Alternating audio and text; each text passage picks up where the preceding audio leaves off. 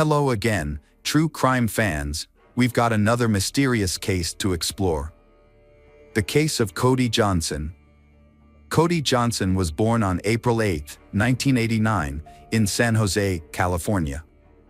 He grew up with his mother, Cher Johnson, with whom he had a very close relationship. In 2002, they moved to Kalispell, in northwestern Montana, a small resort town located in the Flathead Valley, between the lake of the same name and Glacier National Park. Cody spent much of his childhood exploring the natural beauty, taking long road trips with friends, and developing a passion for cars. According to friends and family, Cody was down-to-earth, approachable, charismatic, and altruistic. He was always willing to help people when he knew them well. Cody turned his childhood passion for cars into a thriving business. He first started modifying and upgrading cars for racing as a teenager, and later expanded it into a commercial car business. Today, Cody is a custom commercial car builder. He also worked at Nomad Communications with his uncle and a few friends who were also passionate about cars. Cody's life was almost perfect, except for someone to share it with. Cody was looking for a life partner. He had talked to friends about his desire to marry a church girl, and on Halloween 2011, he met Jordan, the woman who would change his life. Jordan Lynn Graham, born in August 1991, has lived in Kalispell with her family since she was a child. She grew up in a religious family and attended First Baptist Church, where she babysat and worked with families. Her life was rooted in faith, and her friends were all churchgoers. She dreamed of becoming a stay-at-home mom and raising a family. Jordan and Cody met on Halloween 2011 and immediately hit it off.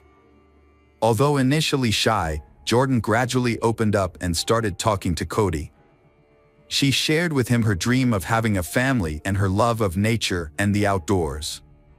Jordan was very interested in Cody, but she was only 20 at the time and not ready for a serious relationship. They dated a few times, but remained friends. Things changed when Cody decided to pursue Jordan more seriously. He joined her church, First Baptist, and began attending her group. Soon, their casual relationship turned into something more, at least for one of them. They started dating officially in November 2011, and Cody was completely smitten with her. He admired her and wanted to be with her 24/7. According to Cher Johnson, after just a few weeks of dating, Cody was certain he wanted to marry Jordan. Even when Jordan told him she wanted to stay a virgin until marriage, he didn't change his mind. However, people close to them noticed that Jordan seemed less infatuated with Cody than before. Some suggested that this could be due to Cody's shyness, but others were concerned about the imbalance in their relationship. They did not show affection in public, did not hold hands, or flirt with each other. Jordan's friends were surprised when she accepted Cody's proposal in December 2012, after a year of dating. Although they thought she was not serious enough for marriage, they were still happy for her. In an Instagram post, Jordan showed off her new ring with the caption, "He proposed. Best early Christmas present ever." The wedding was scheduled for June 29, 2013, and planning began immediately. Cody was heavily involved, as was Kimberly Martinez, Jordan's best friend and maid of honor. Jordan, however, seemed to be the one who was most involved in the preparations for the wedding. She even performed a song that the couple had hired professional songwriter Elizabeth Shea to write. In retrospect, the lyrics seemed rather cold, almost foreboding. However, whenever Kimberly or anyone else mentioned actually marrying Cody, Jordan's mood worsened. She repeatedly asked Kimberly if she was doing the right thing. On the wedding day, she couldn't hide her true feelings about the marriage. She was very nervous, often looking down and seemingly not wanting to make eye contact with her husband during the wedding photos.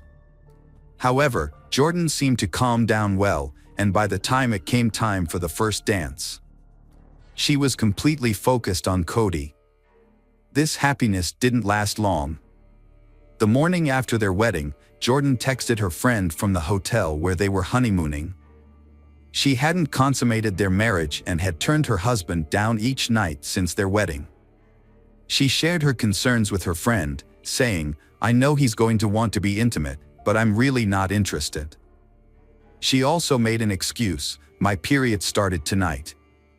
I really hope it works because if I'm pressured to do something, I'm going to freak out."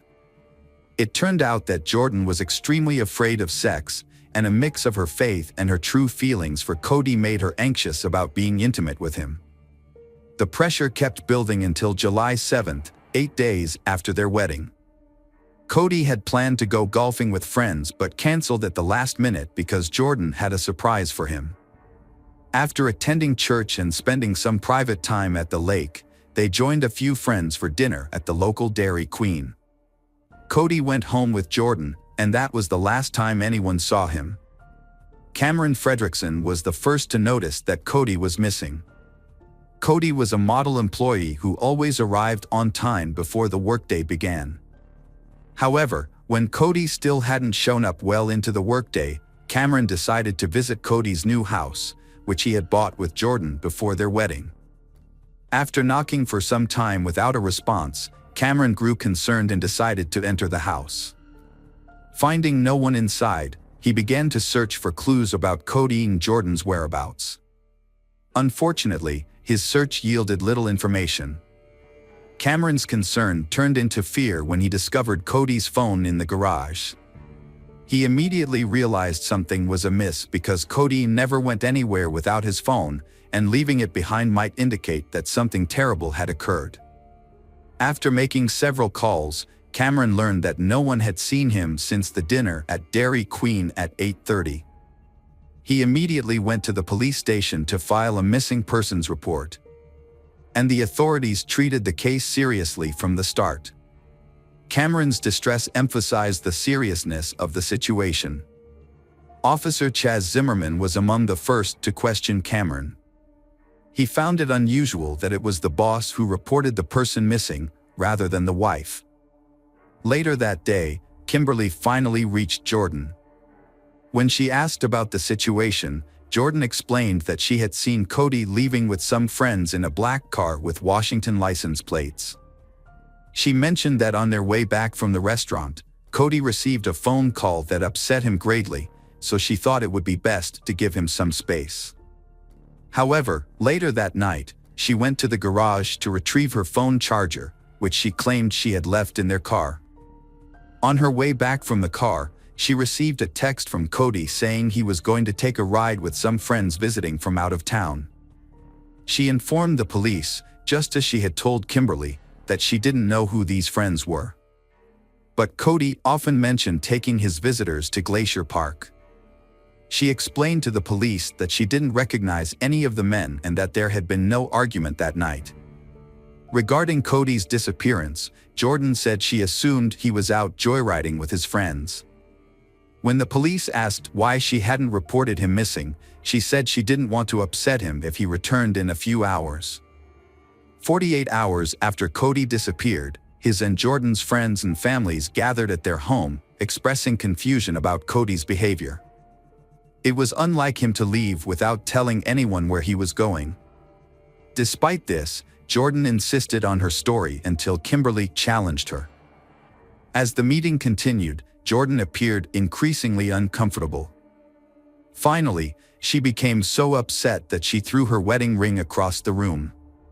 While some thought it was a strange reacting mechanism, Kimberly believed something more was happening. She called her friend when she got home. The following day, Jordan was summoned to the station, where the officers questioned her about the inconsistencies in her story. One officer said, "I'm noticing some discrepancies between what you're telling me and the information I've gathered from others." He continued, "I've talked to a few people, and it's crucial for me to know you're being truthful." Jordan responded, I understand. However, the officer insisted, "I believe there's more to it." Cody Johnson met with the police that day, carrying Cody's phone records from the day he disappeared.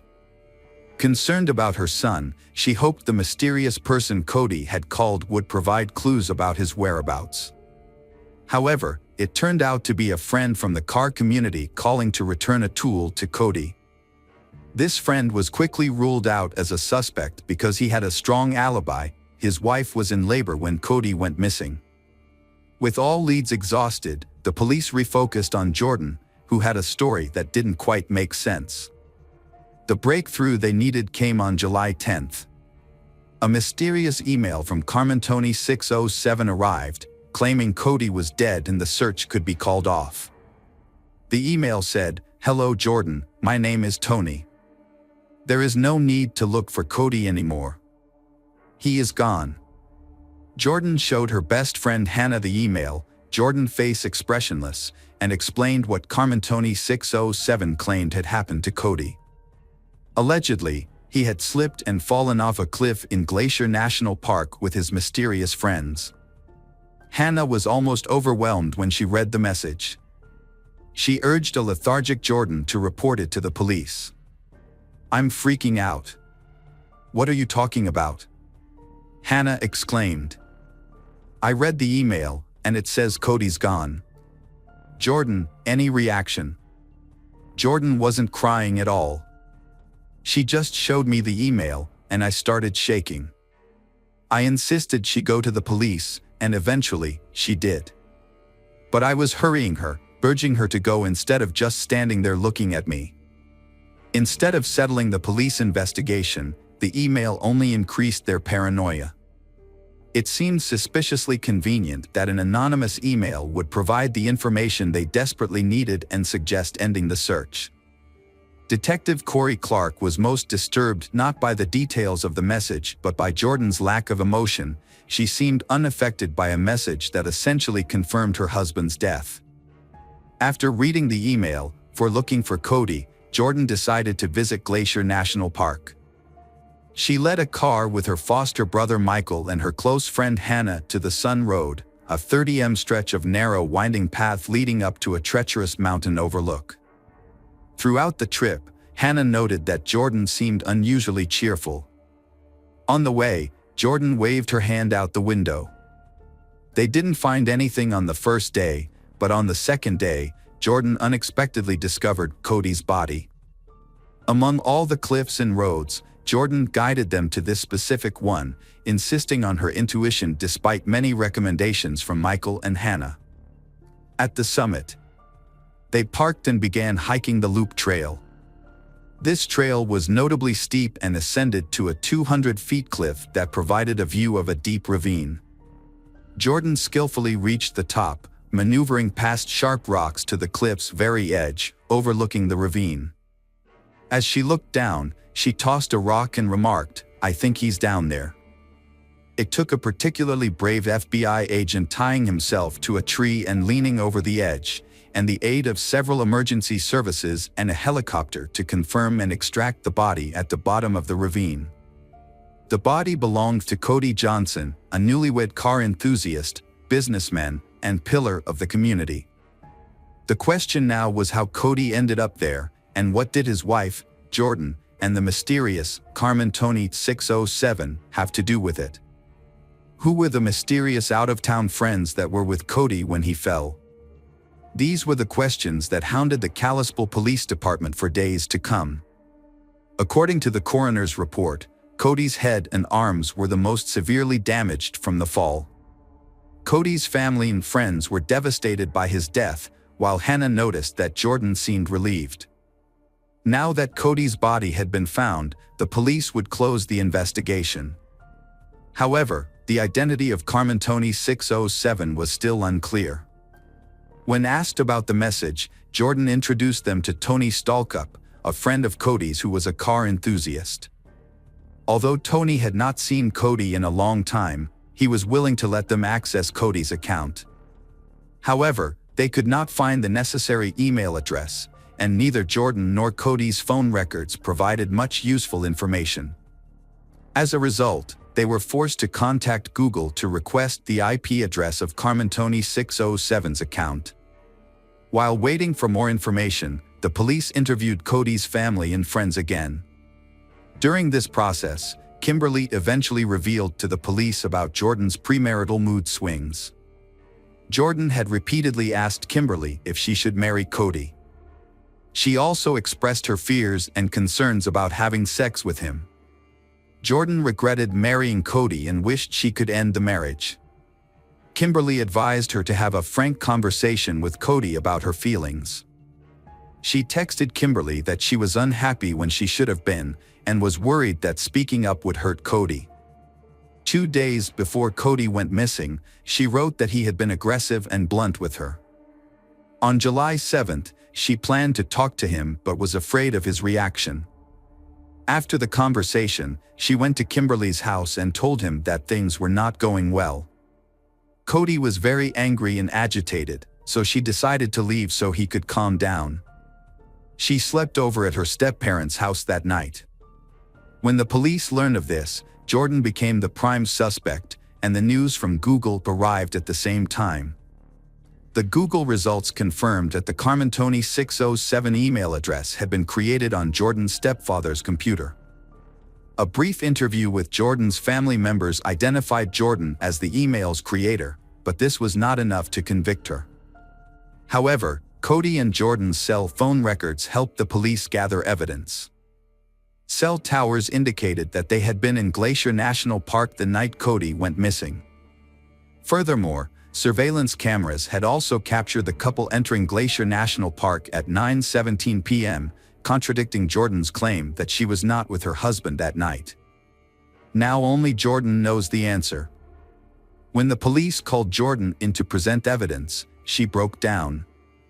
She finally told the detective her testimony of what had happened. She said she confessed her feelings about the marriage to Cody, and they had a big fight. As a result, the two decided to travel to Glacier National Park and headed for the loop. She explained that she pushed Cody and he fell. She said she felt pressured and angry. Her story ended without a clear confession, but hinted at the blindfold incident. Jordan claimed that Cody's death was accidental and that she had not planned the attack. When asked about the plan, she replied that she had no intention of killing Cody. However, she admitted that in a situation full of strong emotions and anxiety, she took the action of pushing Cody off the cliff without any prior planning.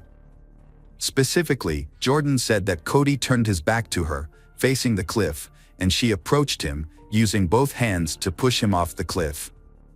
Jordan also admitted to creating a private account and sending messages. In an unexpected turn of events, Jordan was allowed to leave the police station without being charged. However, the police later arrested her at Cody's funeral on July 22nd. There was a rumor that Jordan killed Cody because she wanted to end her marriage. It was assumed that she did not want to back out because she did not want to lose face for herself and her family. If Cody died, she wouldn't have to go through the divorce process. Jordan's behavior at Cody's funeral raised further suspicions, and many began to wonder if Jordan really loved Cody. Jordan faced charges of second-degree murder and making false statements. After reviewing her case, the jury added a more serious charge of premeditated first-degree murder. Her trial commenced on December 9, 2013. From the beginning, the prosecution aggressively challenged Jordan's account. As the trial progressed, her situation became increasingly difficult. The prosecutors scrutinized her story, focusing on key issues such as why she had deceived Cody's friends and family about her involvement and apparent lack of remorse. Cody's family and loved ones provided portraying her as an unfeeling wife who killed her husband to end their marriage. Although her defense team claimed self-defense, the argument was not convincing. Instead, Jordan chose to accept a plea deal. Under the agreement, she pleaded guilty to second-degree murder in exchange for the prosecution dismissing the first-degree murder charge. As a result, she received a 30-year prison sentence with no possibility of parole. Before her sentencing, Jordan tried to take back her guilty plea after learning the prosecution would pursue a more serious charge of premeditated first-degree murder, which could result in a 50-year sentence. U.S. District Judge Donald Malloy then had to decide whether to accept her original plea or grant her a new trial. On December 13, 2013, Jordan Graham received a 30-year, 5-month prison sentence and a $16,917 fine. She will not be eligible for release until she is over 52 years old. Welcome back, mystery lovers. Today's case is going to keep you on the edge of your seat. The case of Rena Verk. Rena Verk had been born on March 10, 1983, in Saanich, British Columbia, Canada. Her family was of Indian origin, with her mother, Suman, having come from an Indian-Canadian family, and her father, Manjit, being an immigrant from India. Rena's parents had formerly been Hindus and had converted to Jehovah's religion. Rena struggled to fit in with her peers in the Saanich community, where Sikhism was popular among Indo-Canadians. Unfortunately, she was severely bullied at school due to her appearance and ethnic background, which set her apart from her predominantly white classmates. She was bullied due to her unusual appearance, being overweight and having brown skin. At home, Rena faced strict rules tied to her parents' religious beliefs, which were in stark contrast to her friends, who were starting to become independent. Her parents began to worry when they discovered her persistent bullying and feared it could negatively affect her mental health, potentially leading to depression. In May 1994, Rena's family moved to a new location, resulting in her transferring schools from Burnside Primary School. Her parents hoped this action would put an end to the bullying she initially experienced, and it seemed to be effective. Rena's mood improved, and she formed new friendships that brought her happiness. However, things took a turn for the worse when her new friends began to distance themselves from her, and the bullying began again. Rena graduated from elementary school in 1996 and began attending Coquitz Middle School. There, she met a new group of friends whom she considered cool kids. The group was famous for breaking the rules, drinking, and smoking, which represented the freedom that Rena desired, freedom from the strictness of her parents and their rules. Although she felt accepted by her new friends, her parents disapproved of her new relationships, leading Rena to become more rebellious. In 1996, when Rena was 13 years old, a friend suggested she leave home. The friend told her she could be adopted by telling the police that her parents had physically abused her. Rena took this advice and accused her parents of assault, but no charges were brought due to lack of evidence. Rena was taken away from her family and lived with her grandparents, who believed her story. However, things got worse when Rena falsely accused her father of sexually assaulting her, causing him extreme pain and suffering. In 1997, her father was arrested and sent to prison while awaiting trial for sexually assaulting Rena. Luckily, the charges against her father were dropped when Rena admitted that she had made up the entire story. Rena felt uncomfortable living with her grandparents, so she was placed in a foster home. There, she made friends and began imitating the behavior of those around her, including talking about gangs and even falsely claiming to be a member of one. However, Rena soon realized that living in a foster home was not as fun as she thought because she still had to follow rules and curfews.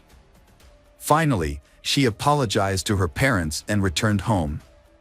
However, her time with her parents had ended very quickly. Rena had left her parents' house again and stayed in a youth shelter. Over the next few months, she had bounced between her parents' home, foster care, and the youth shelter.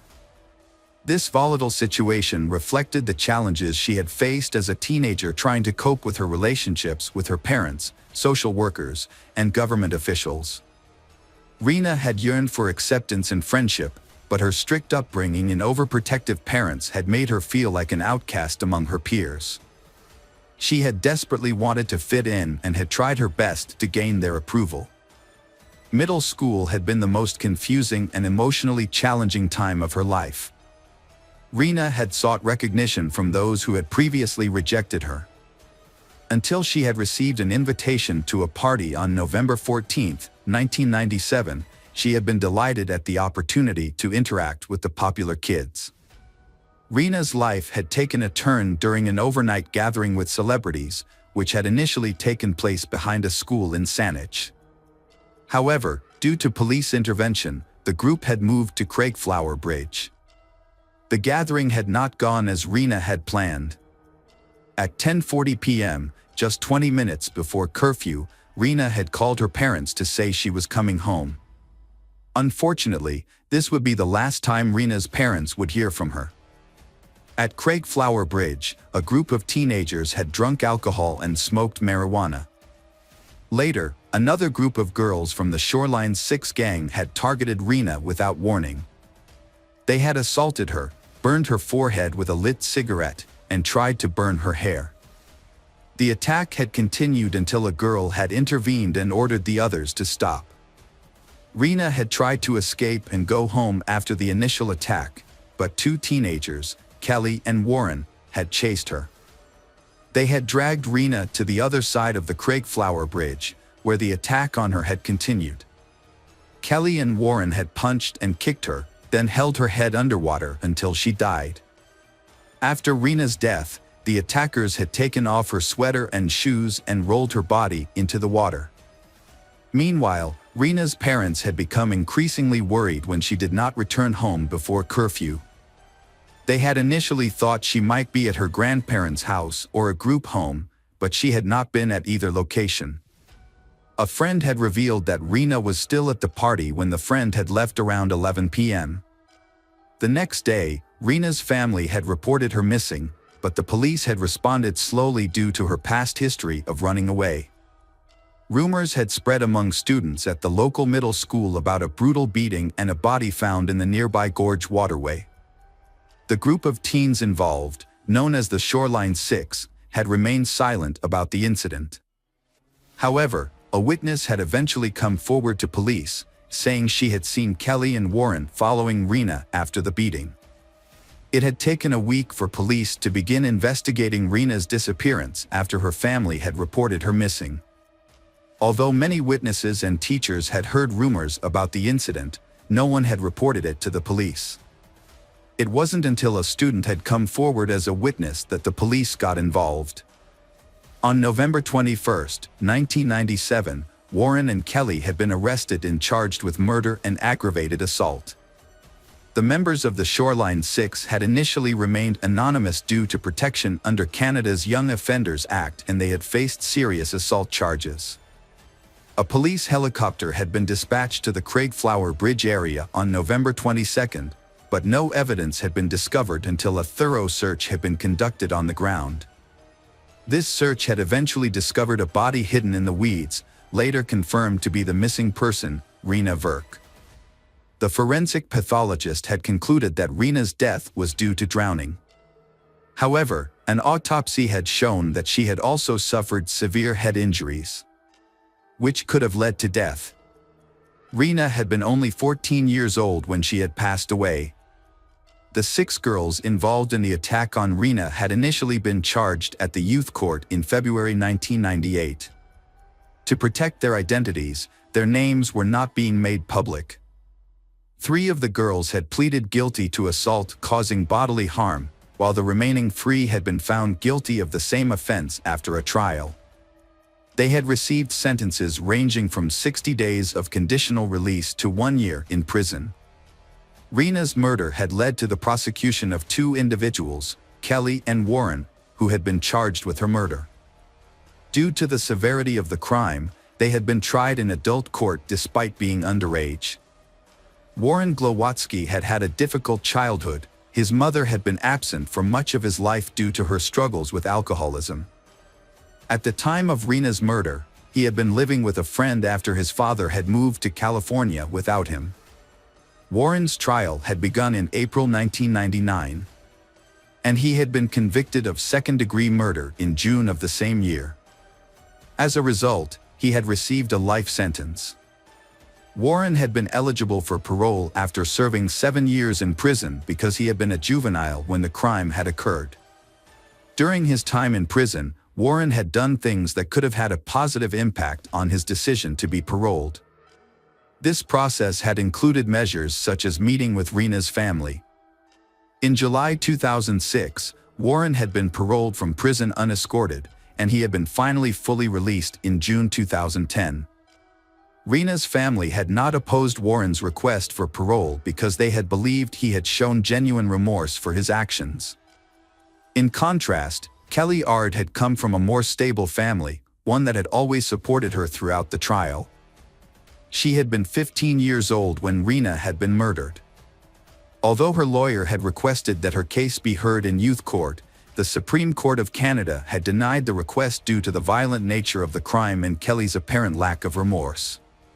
Kelly had initially been convicted of second-degree murder in March 2000, but her conviction had been overturned in January 2003 due to an unfair trial. Pending appeal, Kelly had been released on bail after serving 18 months of her life sentence.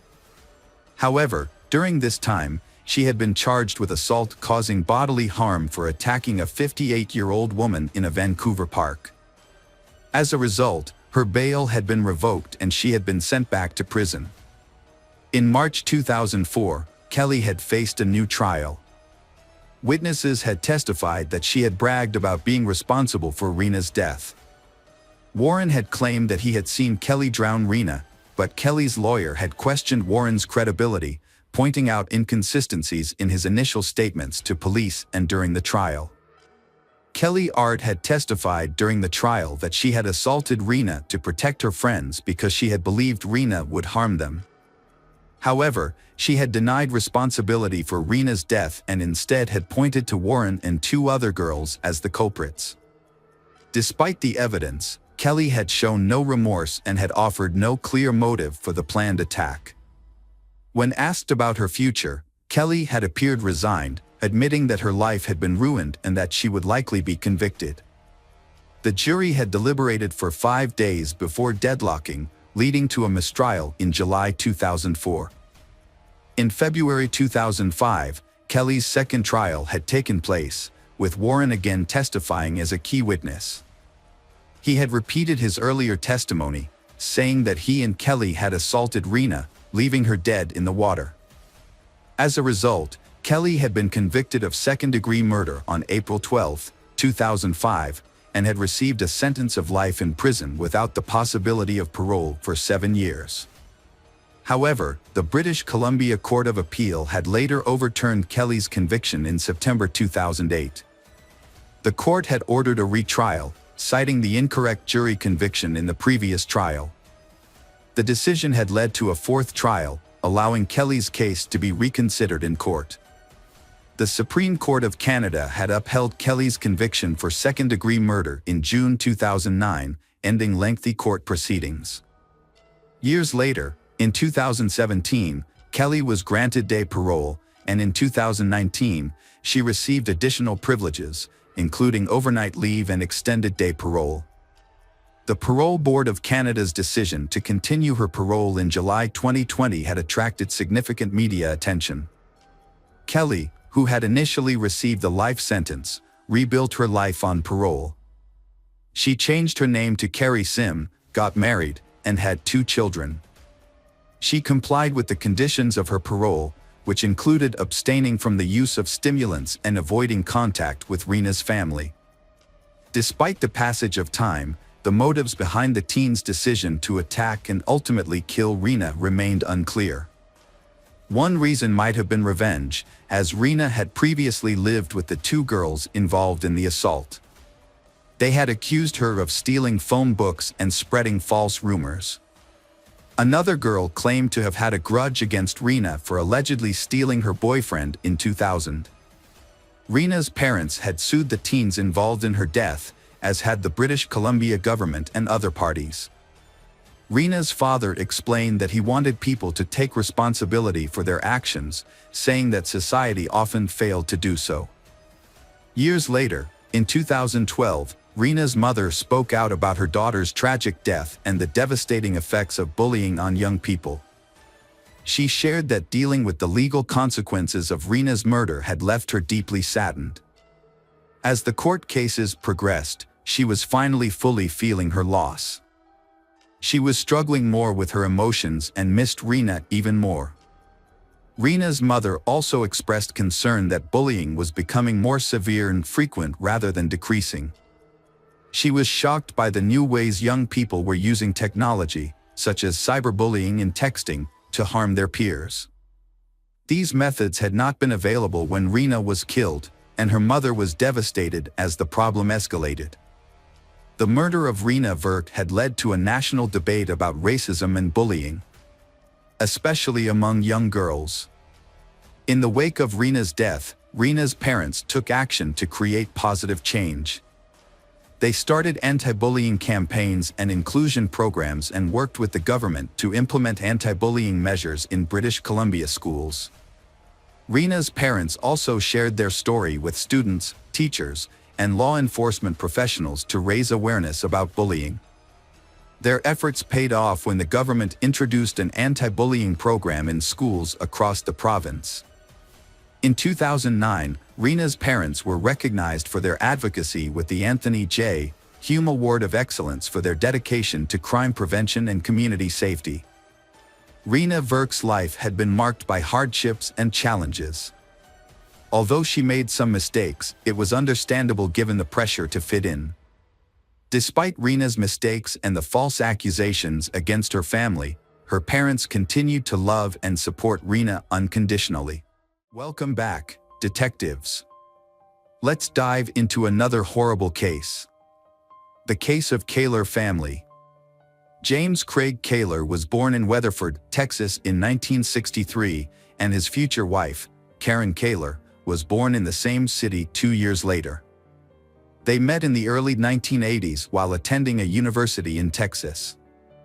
At the time, Craig was a senior studying engineering, and Karen was a freshman in the humanities department.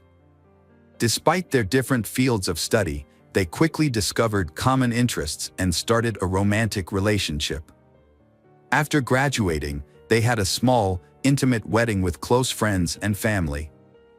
They welcomed their first child, Emily, in 1991, followed by Lauren in 1993. The family lived in a cozy house in Weatherford and enjoyed a comfortable lifestyle, with a higher-than-average income for their area. In 1999, Craig received a lucrative job offer from a major utility company in Weatherford, which coincided with the birth of their son, Sean. Craig adored his son and, with his increased salary, purchased a spacious house in the city's most prestigious neighborhood and a family car. Karen stayed at home to care for their children, and Craig became the primary breadwinner. From the outside, their family appeared to be living a perfect life. Their 3 children have also had many successes in their fields. Emily and Lauren are talented in sports and music. Emily studies at a prestigious pharmacy college and Lauren hopes to attend a conservatory. Sean, on the other hand, showed a keen interest in mathematics and had dreams of becoming an archaeologist. The family's home life seemed idyllic, Craig providing for the family and Karen taking care of the household and raising the children. However, the family was struggling with hidden problems. In 2007, Karen confided in her sister Linda, revealing that she was on the verge of a nervous breakdown due to Craig's controlling behavior. Craig exerted total control over Karen's daily life, demanding a detailed account of every expense, no matter how small, and requiring her to report her whereabouts at all times. The family lives on a strict schedule, with Craig setting their daily routines, including bedtime, wake-up time, meal times.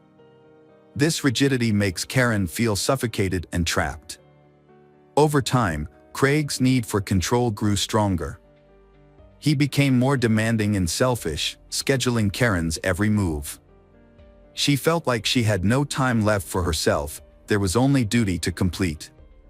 Karen tried to meet her husband's demands, hoping he would ease up and they could return to their normal life. However, Craig seemed to enjoy exerting control and refused to change. Linda was extremely worried about her sister's confide.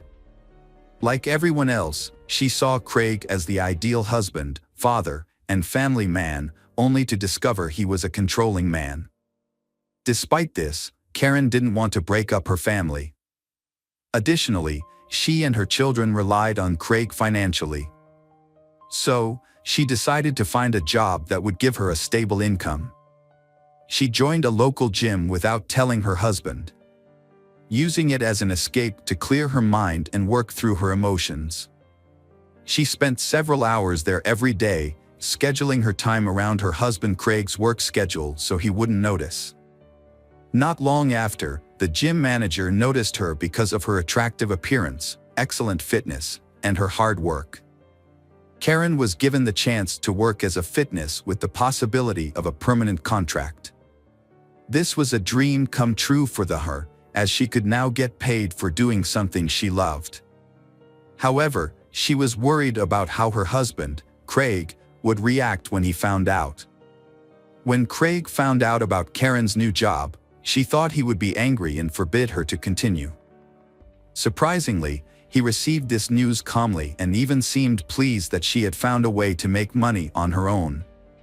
He had a few conditions. She had to be home when he arrived, cook meals, and not let her new job interfere with their intimate life. Karen found these conditions acceptable, as she now had more freedom and independence. As Karen settled into her new job, she met a new instructor named Sonny Reese, and they quickly became friends. For Karen, who had spent years at home with little social interaction, Sonny became a trusted confidant. The two women spent time together at work, went for walks, had coffee, and shared heartfelt conversations. But little did Karen know, this new friendship would soon lead to unexpected romance and a complicated love triangle. It didn't take long for Karen and Sonny's friendship to evolve into a romantic relationship. At first, they kept their feelings a secret from everyone. However, after some time, Karen decided it was necessary to be honest with her husband, Craig. She spent months preparing for this conversation, searching for the right words and worrying about the potential consequences. Eventually, she confessed to Craig. Craig's reaction to his wife's revelation was surprisingly calm. However, the next day, he made an unexpected condition for accepting Karen's relationship with Sonny, which was that he wanted to be a part of it. Karen was shocked and unsure of how to respond to her husband's talk. Nevertheless, Craig took the initiative and began wooing Sonny, sending her flowers and gifts. He seemed to view this as an opportunity to revitalize his intimate life and bring new passion to his marriage. Initially, Karen and Sonny agreed to Craig's proposal. However, they soon realized that his intentions were aimed at domination. However, their unusual love triangle was short-lived. Craig demanded that Karen end the affair immediately. Despite this, Karen continued to see Sonny, as she had genuinely fallen in love. After almost 20 years of marriage, Karen seemed ready to leave her husband for someone new. This led to a series of secret actions, including moving to another state, scheduling secret meetings. In an attempt to salvage his family, Craig thought it best to relocate to another state. He started job hunting, sending out his resume, and soon secured a role as a water director for a large company in Columbia, Missouri, not far from Kansas. Craig hoped that by moving to a new state, his wife's affair with Sonny would end, and their family life would normalize. However, the summer 2008 move proved challenging for the family, as the kids had to switch schools, make new friends, and adapt to a new city. Although the family was already financially comfortable, Craig's new job nearly doubled his previous salary from Weatherford. Despite his increased responsibilities and work hours, Craig mistakenly believed he had successfully removed Sonny from his wife's life. However, Karen and Sonny continued to communicate regularly through calls, texts, and secret meetings. They would meet halfway, spend a couple of hours in a roadside hotel, and then return home. At this point, Karen realized her marriage was over. She no longer loved Craig, and it was only a matter of time before they divorced. These clandestine meetings persisted until December 2008. At the New Year's Eve celebration that year, the Kaler family went back to their hometown to reconnect with relatives and friends. Sonny was also in attendance at the gathering. Initially, Karen and Sonny kept a low profile, merely exchanging greetings. As the celebration continues and the alcohol slowly affects Karen and Sonny's behavior, they seem to have no regard for social norms. They became inseparable, openly showing affection by holding hands, sharing romantic glances. They even kissed. Craig's anger boiled over into fury after Karen publicly humiliated him by revealing her affair at a party attended by dozens of acquaintances. He lashed out at Karen and Sonny before dragging Karen away from the party. In his rage, Craig lost control and physically assaulted Karen, ripping her dress and slapping her, causing her to fall and hit her head. The incident marked the beginning of the end of their marriage. A few days later, Karen announced she was leaving Craig and initiated divorce proceedings, seeking custody of their children. Initially, Craig attempted to apologize and salvage their relationship for the sake of the children. But Karen was resolute. She said they should divorce, causing Craig to contact friends and family, begging them to convince Karen to reconsider. In the spring of 2009, Craig and Karen's marriage continued to deteriorate. Despite Craig's attempts to salvage their relationship, Karen made it clear she was leaving him for Sonny and she had never been truly happy in their marriage. The tension between them escalated into physical violence, with Craig grabbing Karen during an argument, leaving bruises on her arms. Karen reported the incident to the police, leading to Craig's arrest. After the incident, Karen took the children and moved out without waiting for the divorce to be finalized. Craig was devastated by her departure and even more so when he discovered that his daughters, Emily and Lauren, were siding with their mother.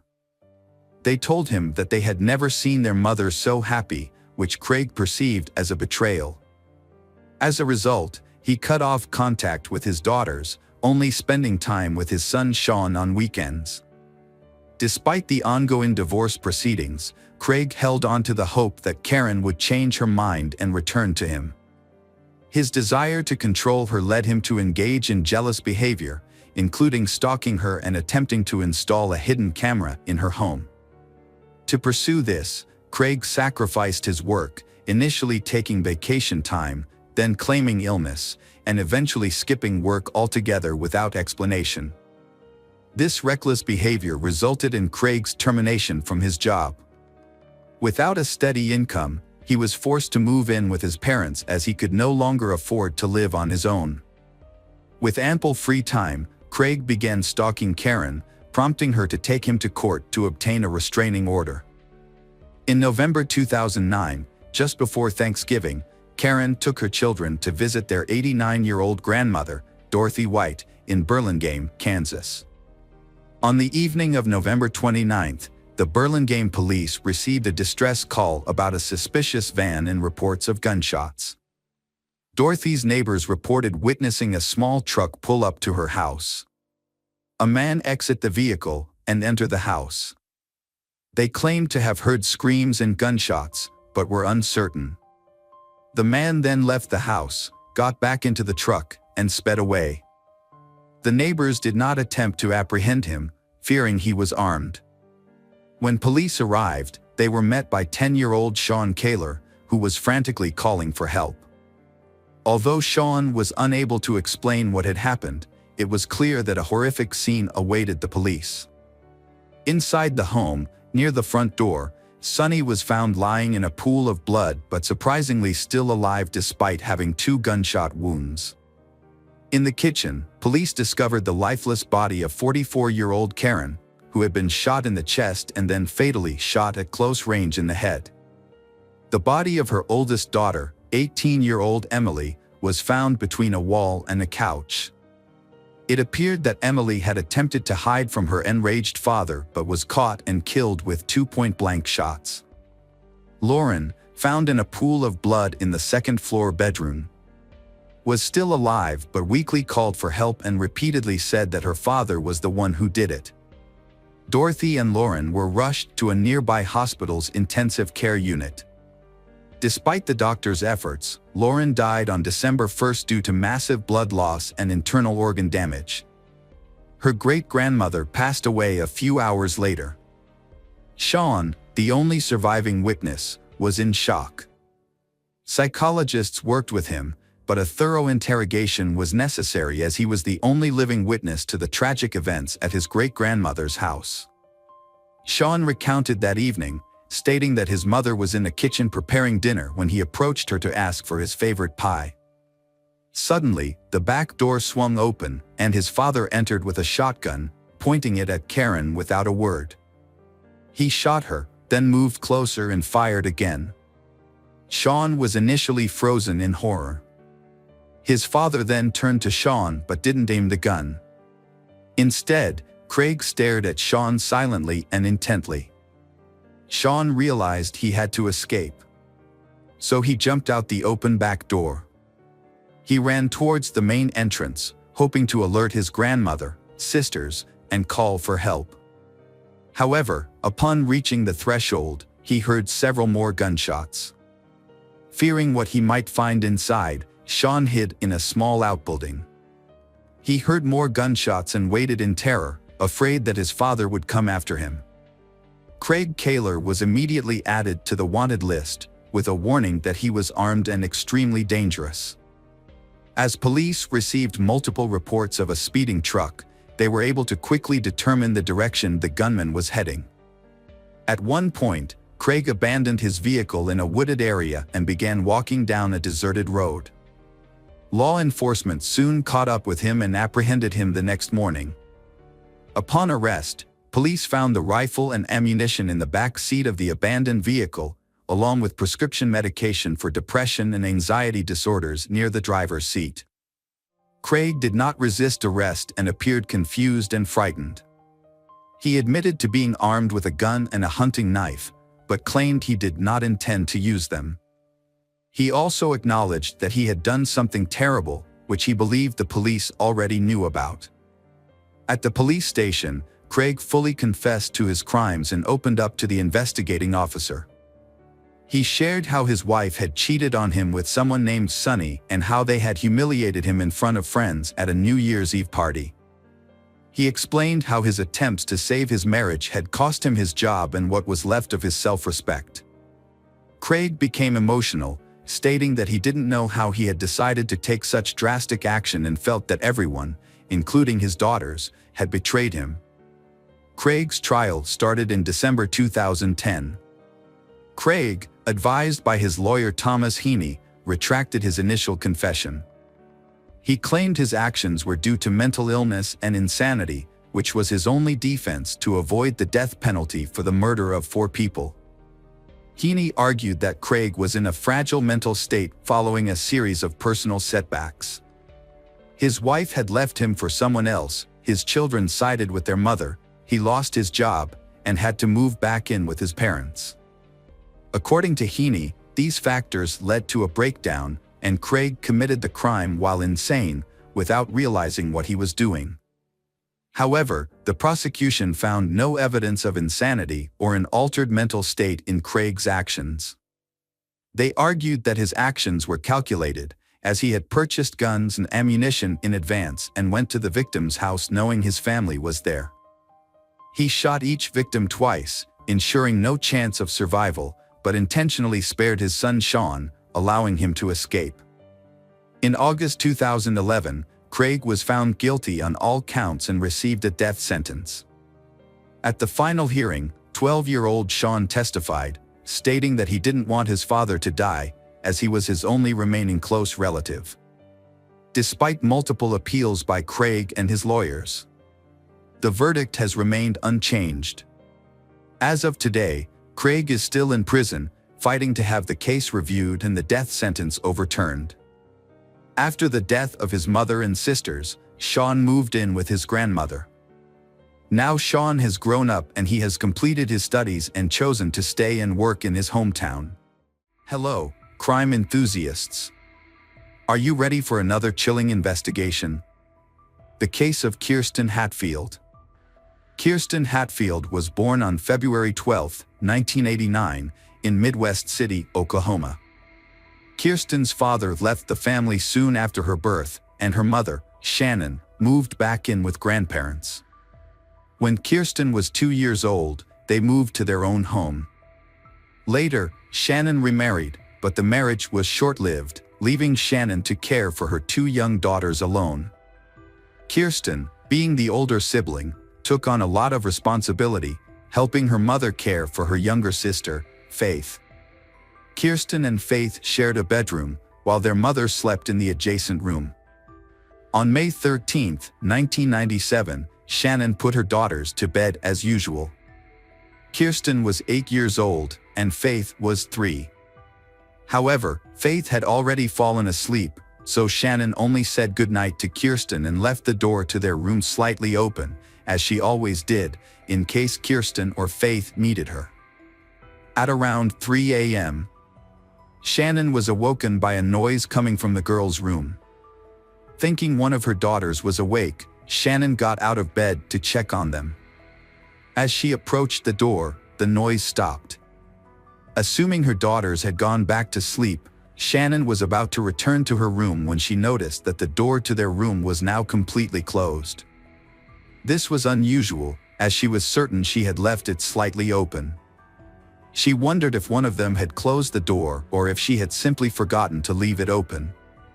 Shannon opened the door slightly to check, but she didn't enter the room before returning to bed. Shannon went to wake up her daughters at 6:30 a.m. the next morning, but only found Faith in their bedroom. Shannon asked Faith where Kirsten was, and when Faith said she didn't know, Shannon began a thorough search of the house. However, Kirsten was nowhere to be found. Shannon then checked outside the house and contacted the parents of Kirsten's friends to see if she had come to their house. But no one had seen her. Shannon's search efforts led her to call her father, who lived nearby, to see if Kirsten had gone to his house or not. Unfortunately, he hadn't seen her either. At this point, Shannon realized Kirsten was missing, and her father advised her to call the police. When the police arrived, they initially thought Kirsten might be hiding in the house or had simply wandered off for a walk, given the town's low crime rate. However, upon inspecting Kirsten's room, they found the window slightly open with a few drops of blood on the frame. This raised their suspicions that something more serious had occurred. Further investigation led them to discover a piece of children's underwear stained with blood on the ground outside the window. After confirming with Shannon that the underwear belonged to Kirsten, the police realized they were likely dealing with a kidnapping. More officers were called to the scene to assist with the investigation, which marked the beginning of a more extensive search for Kirsten. The police investigation into Kirsten's disappearance began with a search of the area around the house. During this search, the police spoke with Kirsten's mother, who reported hearing a noise at 3 a.m. and now realized that it may have been the sound of her daughter being taken. Despite the search, nothing suspicious was found, and the police began canvassing the neighborhood, speaking with all the residents. Unfortunately, none of the neighbors reported seeing or hearing anything unusual on the night of the abduction. However, one neighbor did mention being woken up by a barking dog around 3 a.m., which coincided with the time of the abduction. With no solid leads, investigators turned to a child psychologist to interview Faith, who was only 3 years old. Despite her young age, Faith was able to share what she had witnessed, but her statement was limited to a single phrase: "A bad person came and took my sister."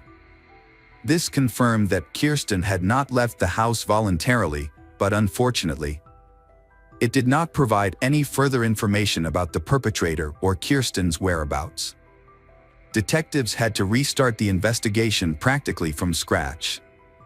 Their initial suspicion leaned towards someone who knew Kirsten well, as it seemed unlikely that a stranger could abduct her from her own room without a sound. Working on this theory, police discovered that Kirsten's mother, Shannon, had a history of drug-related problems. The detectives considered the possibility that the abduction might be related to this. Perhaps the mother owed money to some people in the criminal underworld, and they decided to take her daughter as payment. The police did not rule out the mother willingly handing over her daughter. This would explain why the abduction happened almost silently. The investigation into Kirsten's disappearance continued, with detectives initially speaking to Shannon, her mother.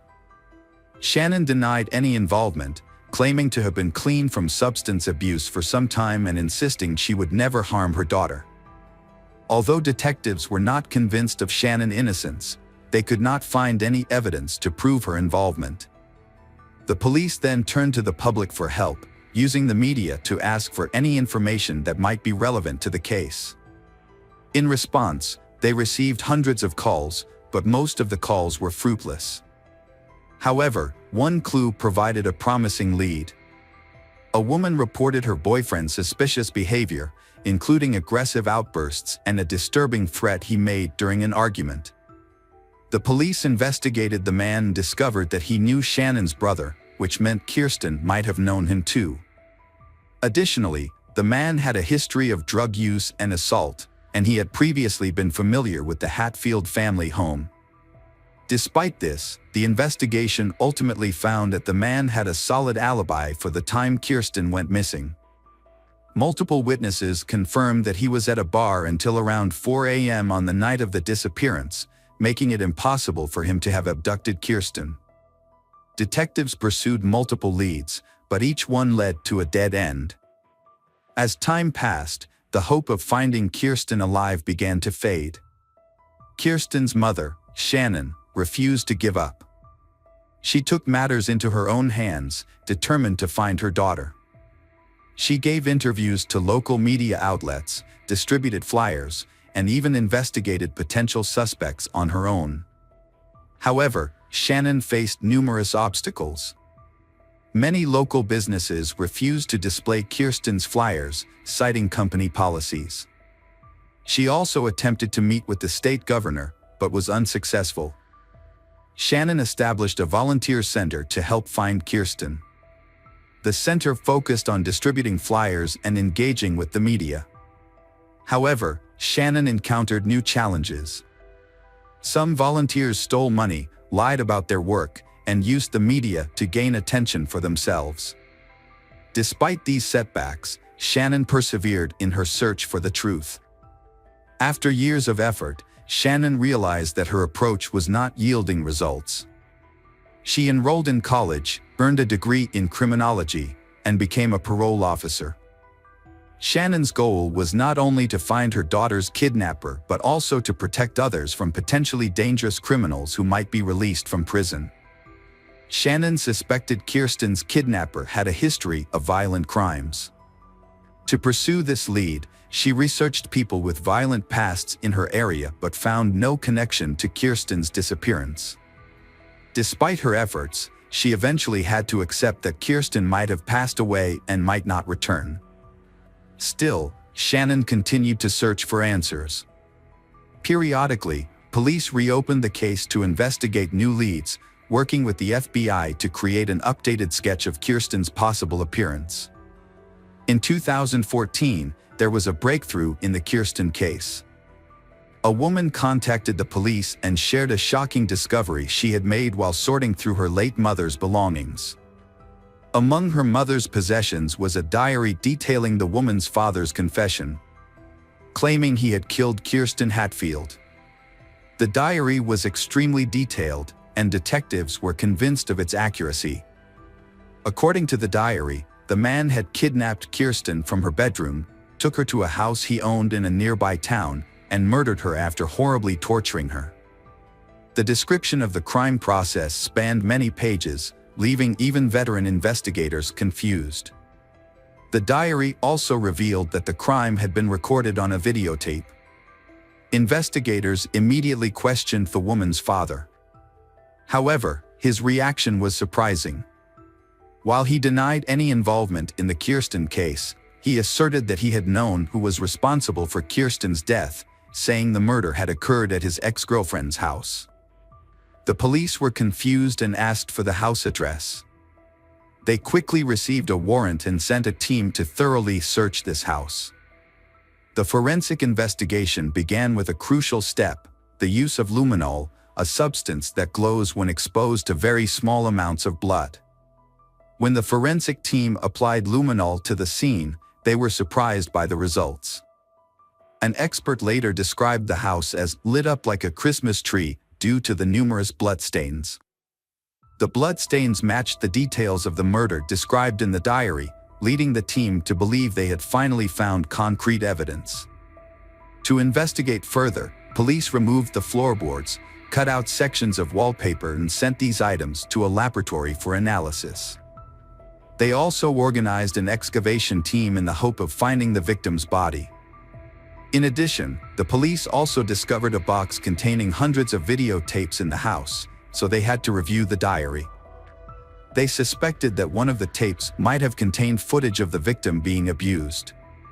Detectives meticulously reviewed each tape, but after hours of analysis, none of the tapes were related to the murder. Excavations also proved fruitless, with no remains or evidence found in the soil. However, just when the investigation seemed to have been gaining momentum, the police encountered an unexpected and shocking episode. Experts who analyzed the bloodstains in the house concluded that the bloodstains had actually belonged to an animal, not a human. This revelation left the police stunned and wondering what had just happened. Had someone deliberately deceived them with a cruel joke? Or was the person writing the diary struggling with mental health issues and convinced by a false narrative that had developed in their mind? The truth was still unknown. Detectives had run out of leads in Kirsten's case, and the case was once again stalled. In an effort to revive the investigation, the case was reassigned to a new detective named Daryl Miller in the summer of 2015. Miller decided to start from scratch and review all existing documents and records. During his scrutiny, Miller discovered something surprising. His predecessors had overlooked some key evidence, including blood found on Kirsten's windowsill and on her underwear. The evidence had been stored in a warehouse, but shockingly had never been sent to a laboratory for analysis. Miller suspected that the reason for this might have been because police initially thought the blood belonged to Kirsten, which would not have yielded any useful results. However, Miller decided to send them to the laboratory for analysis. The results were surprising. The blood sample did not belong to Kirsten, but to an unidentified man. This was a significant breakthrough after many years of investigation. Miller decided to collect DNA samples from all the men who had participated in the investigation since the kidnapping. Police tracked down each person on the list and sent their DNA to a lab for analysis. Everyone was cooperative and provided their DNA samples quickly. Miller patiently waited for the results, and finally he received a call from the lab. Experts had analyzed one of the samples and found a perfect match with bloodstains found on the window and the victim's underwear. The DNA belonged to Anthony Palma, 56. The Hatfield family's neighbor who lived across the street. Anthony had been one of the first people the police spoke to on the day of the abduction. At the time, he claimed to have woken up around 3 a.m. due to his dog barking. Now that his DNA had been linked to the crime scene, detectives decided to bring him in for further questioning. Although the DNA evidence was sufficient for a conviction, the investigators hoped to obtain a confession from Anthony. A confession would expedite the trial and potentially lead them to Kirsten's body, which was still missing. To get Anthony to talk, the detectives invited him for questioning, telling him it was a routine process. They claimed they were re-interviewing everyone, including neighbors, to gather new information. In reality, their goal was to get Anthony to admit whether he had ever been inside the Hatfield family home. Detectives asked Anthony to recall any additional details about the night in question. He retold the same story he had shared 18 years earlier. But this time he added a new detail. He claimed to have seen a white car parked outside Kirsten's house, although he didn't think much of it at the time. The police then asked Anthony about his relationship with Kirsten and her family. He stated that he knew them as neighbors, but he had never interacted with Kirsten personally. He maintained that he got along well with the other neighborhood children, who would often ask him for help fixing their bikes or visit him for candy. This conversation became a critical point in the investigation, as the police had discovered Anthony's blood on the windowsill of Kirsten's bedroom. When they asked if he had ever entered the house, Anthony claimed he had not. This statement raised suspicions, as the presence of his blood suggested otherwise. The detectives faced a challenge. Anthony's blood was fresh, suggesting it had been left recently, but he had had a visitor to the house when it belonged to a friend. The investigators decided to move forward with the interrogation. Informing Anthony that his blood had been found in Kirsten's room and on her underwear. Anthony repeatedly denied ever entering the house, despite the evidence to the contrary. The investigators attempted to extract a confession, but he consistently maintained his innocence. The detectives changed their approach and exited the room, leaving Detective Miller to speak with Anthony privately. Miller entered with a photo of Kirsten, placing it in front of Anthony. However, Anthony promptly pushed the photo away, refusing to look at it for the remainder of the conversation. Miller asked various questions, attempting to prompt Anthony into a confession, but he continued to deny any involvement. Failing to obtain an admission of guilt, the police ended the interrogation and apprehended Anthony. A subsequent search of his residence, made possible by a search warrant, uncovered no evidence of Kirsten's remains or any other relevant evidence. During the trial, Anthony repeatedly denied any involvement in the crime. But DNA evidence told a different story. As the trial progressed, new details emerged that the police had initially overlooked. It was revealed that Anthony had a history of run-ins with the law, including a prior conviction for breaking into a girl's bedroom and assaulting her. He had also been imprisoned in the 1980s for a violent attack involving a weapon. Anthony's past convictions signaled his dangerousness, yet were overlooked in 1997. In 2017, a jury returned a guilty verdict for Kirsten's kidnapping and Kirsten's murder, and Anthony was sentenced to life in prison. Despite the guilty verdict, Anthony never disclosed the location of Kirsten's body. Kirsten's mother refused to give up hope, however. She consistently reached out to Anthony, calling and visiting him in prison, in an effort to find out where Kirsten's body was. She spent hours trying to extract the truth from him, but ultimately, she was unsuccessful. Tragically, in 2019, Anthony was killed by his cellmate, who was motivated by a desire for revenge for Anthony's horrific crime against a child. As a result, Kirsten's family's only hope of finding Kirsten's body now depends on hikers or tourists who might stumble upon it in remote national parks, where Anthony may have buried her. Hey detectives! Welcome back. We've got another mysterious case to explore. The case of Tanya McKinley. Tanya McKinley was born on January 25, 1961, in the small town of Milton, Florida. She grew up in a loving family and was very close to her older sister. After graduating from high school, Tanya decided to move to Pensacola, a town about 25 miles away from her hometown. She pursued a career in the medical field.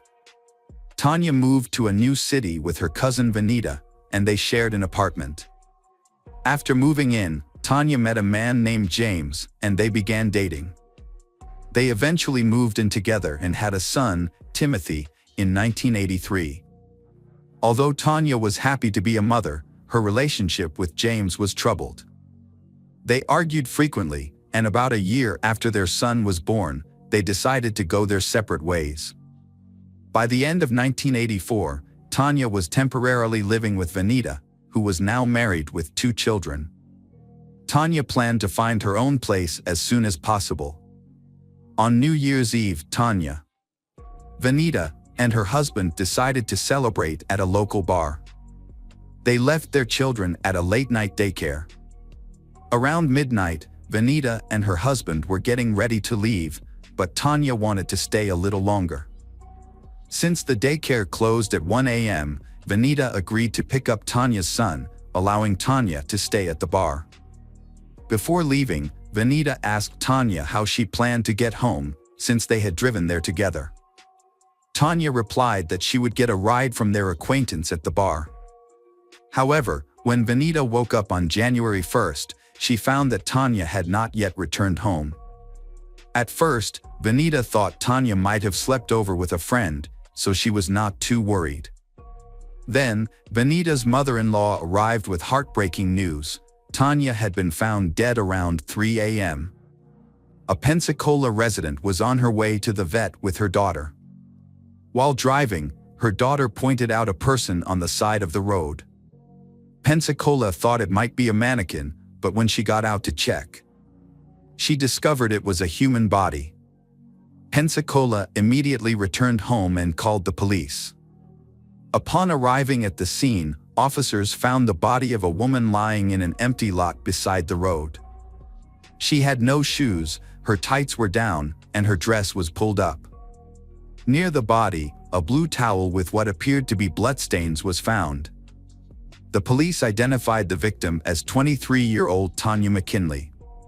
Further investigation led them to discover her shoes and purse nearby, containing identification with her name on it. The body was turned over to medical experts for further examination. Meanwhile, police continued to process the crime scene. They soon discovered that Tanya likely did not die where she was found. There was no significant blood near the body, except for a stain on a towel, and signs on the ground suggested that the body had been dragged to the side of the road. On the towel and Tanya's body, investigators found several clues, including dog hair and a human hair. They suspected that the hair belonged to the killer, and that the killer may have owned a dog. Medical experts determined that the Tanya had suffered a head injury from a heavy object, but her cause of death was actually strangulation. They also confirmed that the Tanya had been sexually assaulted. A semen sample was collected from her body, but at the time, DNA analysis was not yet widely used in forensic science. However, the experts were able to establish that the suspect had type B blood. Police began to develop a list of potential suspects. Police turned their attention to Tanya's ex-husband, James. After talking to Tanya's family and friends, police discovered that James and Tanya had argued frequently before and after the birth of their son. When Tanya decided to end the relationship, James was unhappy and tried to convince her to stay. Police believe that James followed Tanya to the bar on New Year's Eve, leading to a confrontation that ended in murder.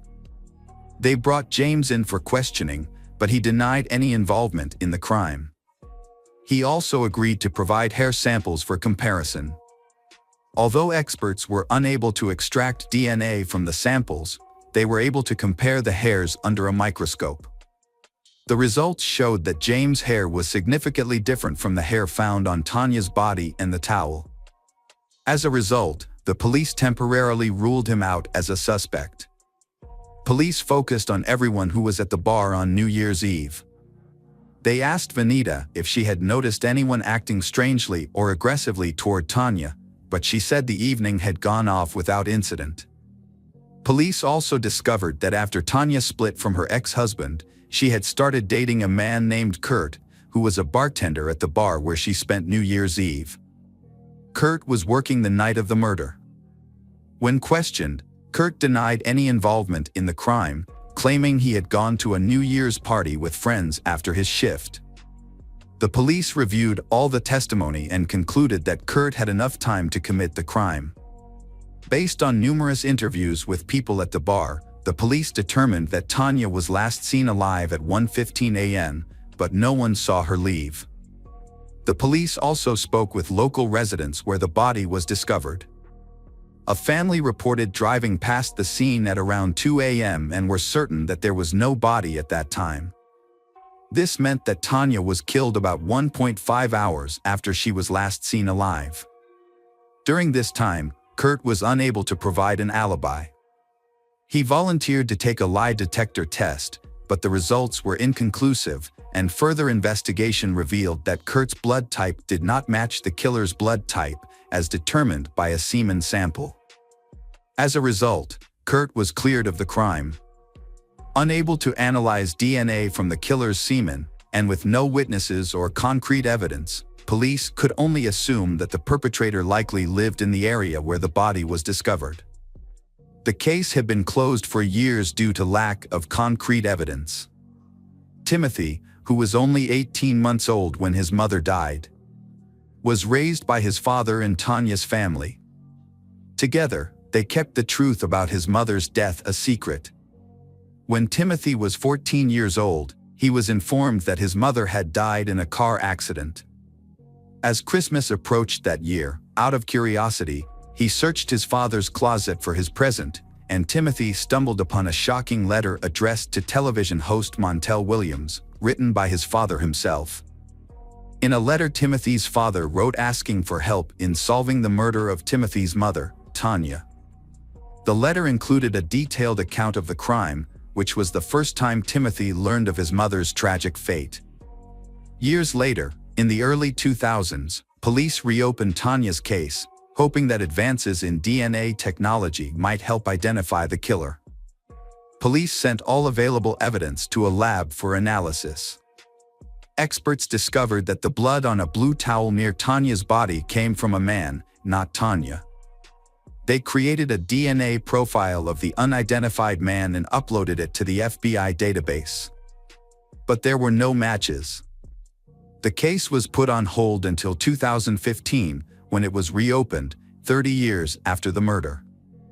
Through investigation, the police discovered from the FBI's archive database that a person had some similarities with the DNA found at Tanya's crime scene. However, the match was not strong. To investigate further, the police learned about the person's family background and even contacted his relatives for assistance. These relatives cooperated and provided DNA samples for comparison. Unfortunately, the DNA analysis showed that his family was not involved in Tanya's death, leaving the police with no new leads. In 2018, a journalist named Tony Adam became interested in Tanya's case. Tony contacted the police offering help. And the police became suspicious of his involvement. Tony joined the investigation despite having no background in criminal investigations. The police, who had made little progress in the case, hoped that Tony's involvement wouldn't hinder the investigation. In 2019, a year after Tony got involved, police decided to identify the killer's relatives. This time, they enlisted the help of Parabon, a genetic genealogy company, and expanded the search to include primarily the DNA of known criminals. Parabon expanded its search to public genetic databases, which were much larger in scope. Unlike DNA evidence collected from a crime scene, these databases contain DNA samples that people have voluntarily uploaded to find relatives. To find the killer, experts used a process of elimination, carefully analyzing the family trees of potential relatives to identify someone who matched their suspect's criteria. They were looking for a man who was at least old enough to have committed the crime in 1985 and had a connection to the area where the crime was committed. In 2020, police identified a suspect in Tanya's murder. Daniel Wells, 57, had been arrested in the late 1980s for assault and indecent exposure. At the time, he was living in Pensacola, working as a carpenter and living with his wife and children. But to confirm whether Daniel was actually the killer, detectives needed to compare his DNA to the profile they collected from the crime scene. To prevent Daniel from fleeing, the police approached cautiously. They kept watch, waiting for an opportunity to collect a DNA sample from him without arousing Daniel's suspicion. Daniel threw a cigarette butt out of the car window near his workplace. The police collected the cigarette butt and immediately sent it to the lab for analysis. Experts extracted DNA from the saliva on the filter and compared it to the DNA of the killer in the Tanya case. The results were a match. The police eventually identified Daniel as the culprit and arrested him the same day.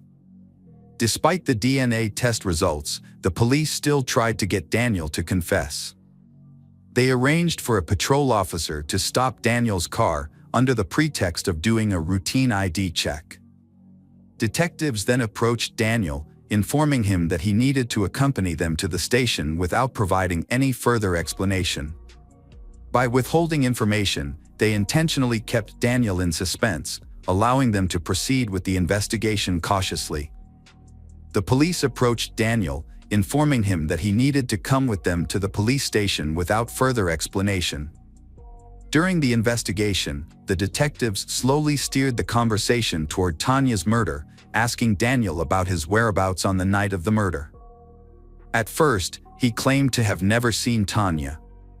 However, when the detectives revealed that his DNA was found at the crime scene, his story began to unfold. As the questioning continued, Daniel's denials became increasingly unconvincing, and he grew more and more agitated. Detectives made it clear that the DNA evidence was irrefutable and that he would face consequences for his actions. As the interrogation continued, Daniel denied his guilt and became increasingly agitated. The police said the DNA evidence was incontrovertible and he would face the consequences for his actions.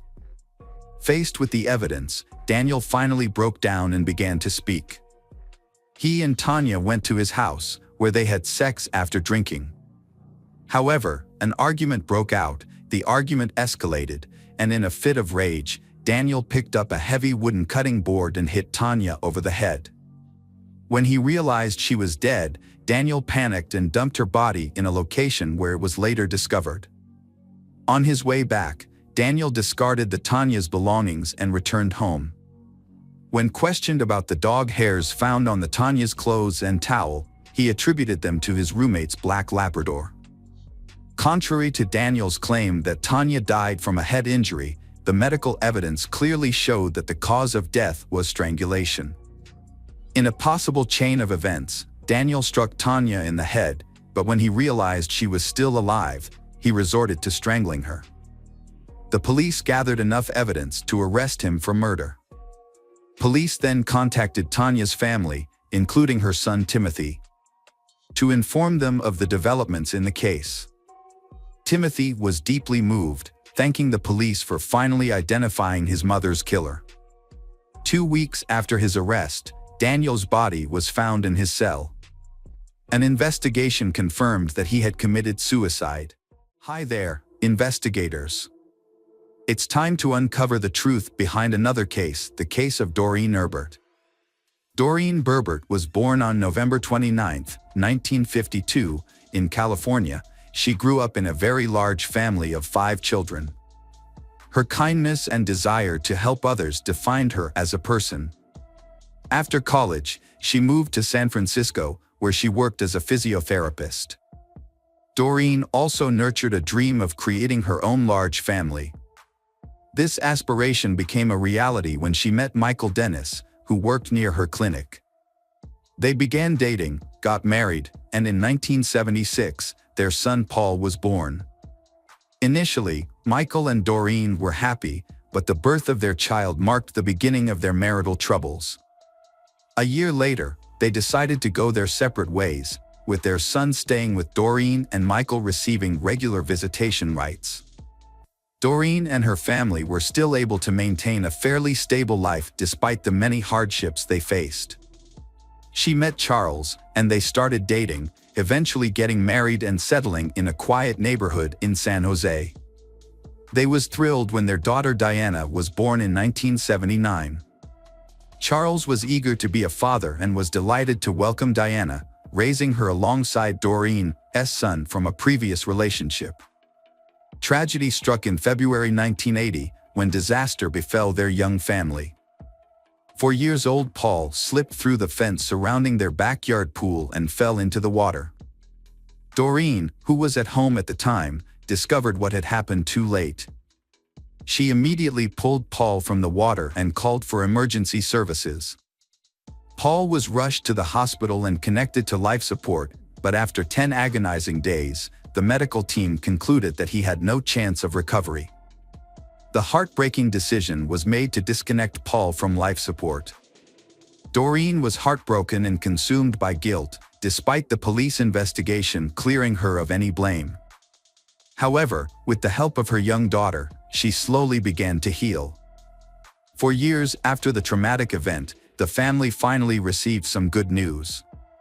After 2 previous miscarriages, Doreen became pregnant again, and this time, everything seemed to be going smoothly.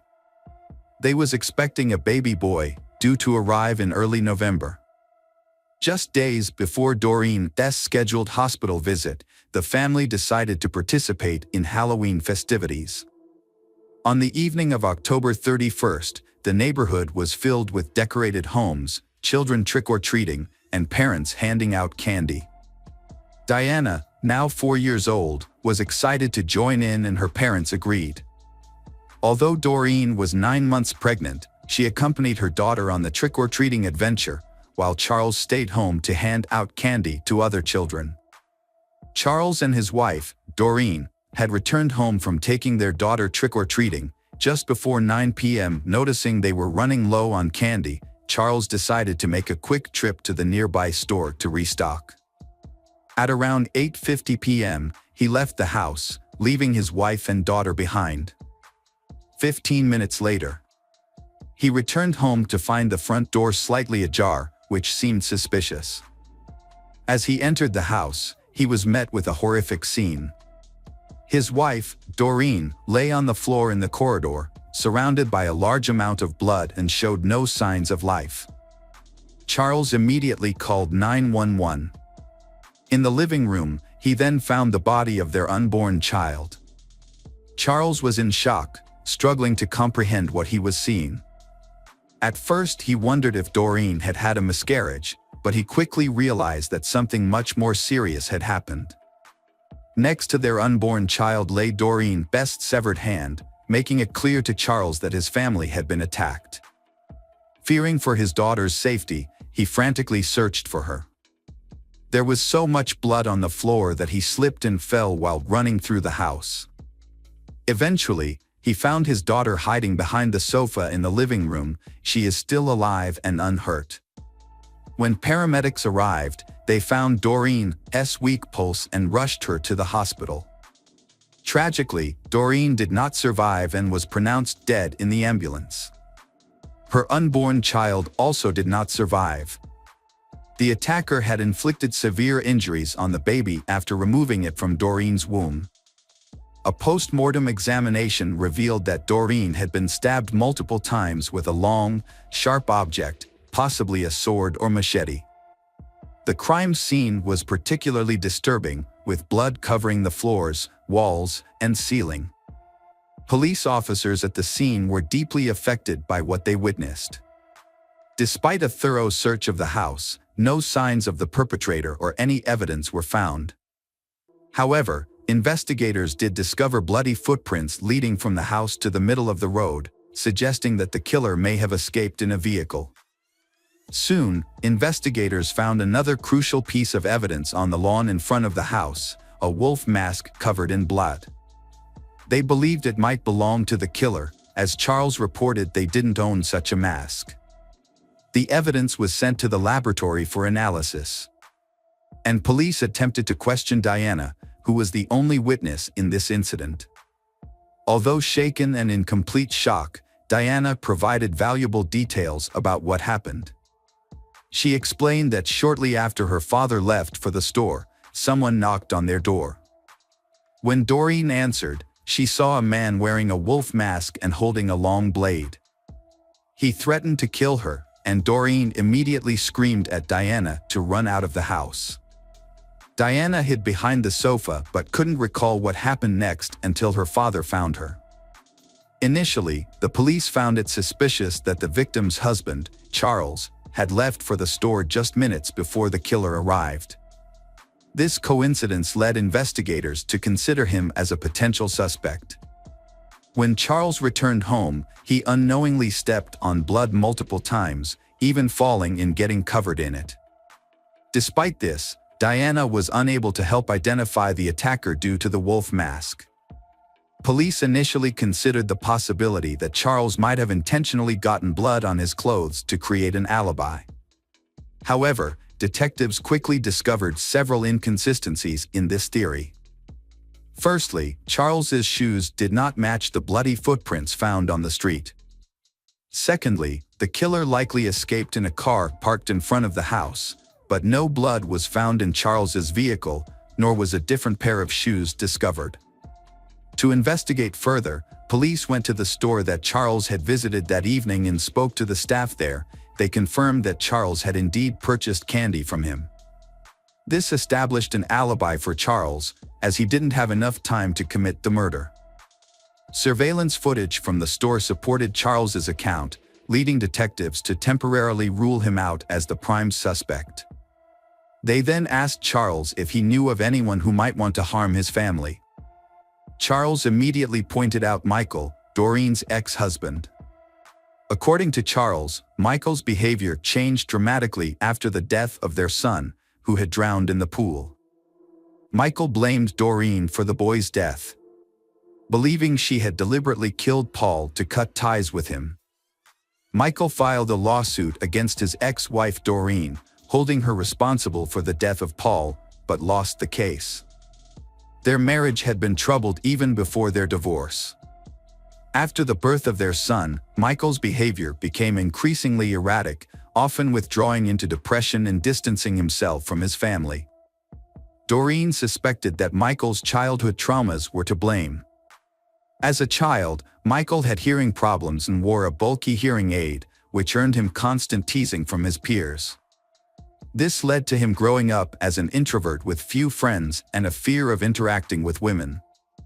Although his relationship with Doreen seemed to have helped him overcome these issues, they eventually resurfaced and contributed to their decision to divorce.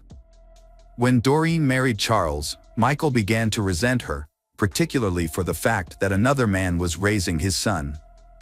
These feelings became even worse after Paul's death, made Michael hate his ex-wife even more.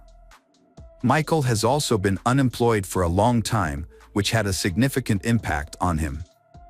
After considering this information, the detectives decided to visit Michael's house to speak with him. Although Charles's statement alone was not enough to make Michael the main suspect, the fact that Michael lived only 2 miles from Doreen's house prompted the detectives to pay him a visit immediately. The officers arrived at Michael's home around midnight and noticed a pickup truck parked near the garage. When police shined their flashlights on Michael's car, they saw blood on the steering wheel and keys. They knocked on the door, but no one answered. Lights were still on inside the house and they could hear running water, leading them to suspect that Michael might be destroying evidence or washing bloody clothes. They continued knocking until Michael opened the door. Michael remained calm, even after being informed Doreen's murder. Michael answered the officers' questions calmly and allowed them to enter his house without a warrant. He claimed that he had gone to the store earlier that day, returned home, and hadn't left since. He even agreed to sign a form allowing the police to search his home. However, as he reached for the pen to sign, officers noticed a deep cut on his right hand. Michael explained that he had accidentally cut himself while carving a pumpkin for Halloween, but the police were skeptical of his story. The wound was fresh, with blood still seeping out. As officers searched the house, Michael accompanied one of them upstairs to retrieve his ID. However, when Michael reached for the bed headboard, the officer intervened, sensing suspicious behavior. Why would Michael store his documents behind the bed? Curiosity led the police to conduct a deeper investigation. Upon approaching the bed, they spotted a holster attached to the headboard, containing a loaded gun. The officer confiscated the weapon and escorted Michael downstairs to the other officers. Meanwhile, the officers discovered a trail of blood droplets leading from the house to the garage. And they found a washing machine and a pile of clothes with bloodstains. This evidence is enough to arrest Michael. A thorough search of the house by detectives and forensic experts followed, seeking evidence that might link Michael to the murder. Although the blood analysis would take a few days, the police made some disturbing discoveries. They found an empty box for an 18-inch machete. Medical experts confirmed that the wounds from this knife matched the actual wounds found on Doreen's body. During the investigation, police found 2 makeshift coffins in Michael's house, leading them to believe that he was planning to harm his ex-wife, Doreen, and her husband. The presence of medical body bags at his home was also suspicious. As detectives pieced together the evidence, they went to a judge to request a warrant for Michael's arrest. However, due to a lack of concrete evidence, they were initially only able to hold him for a limited time. When the judge refused to issue an arrest warrant, citing insufficient circumstantial evidence to convict Michael, he was released from prison. But detectives eventually got vital information from the autopsy results.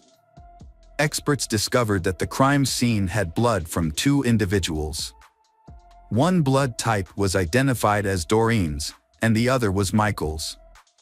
This evidence suggested that Michael had likely injured himself while attacking Doreen.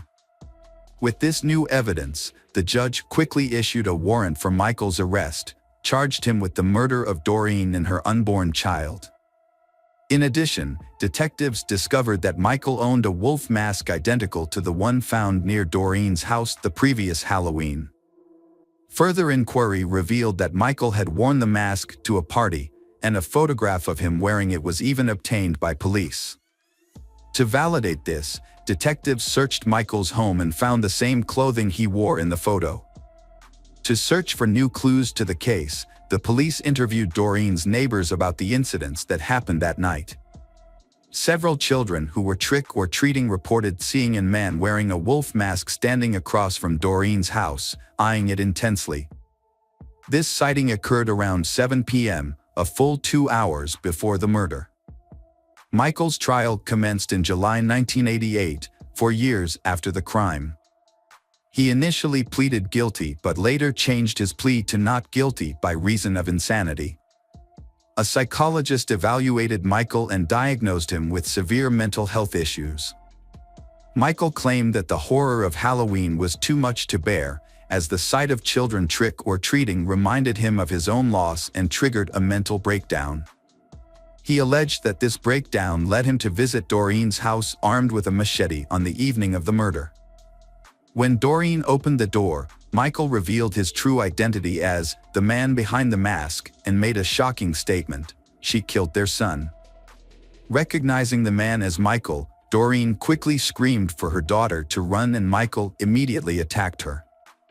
Michael claimed he was unaware that Doreen was pregnant at the time of the attack, but this assertion was met with skepticism. Doreen was visibly pregnant, standing at 4 feet 1 inches tall, and her friends found it hard to believe that Michael wouldn't have noticed, especially given her prominent belly.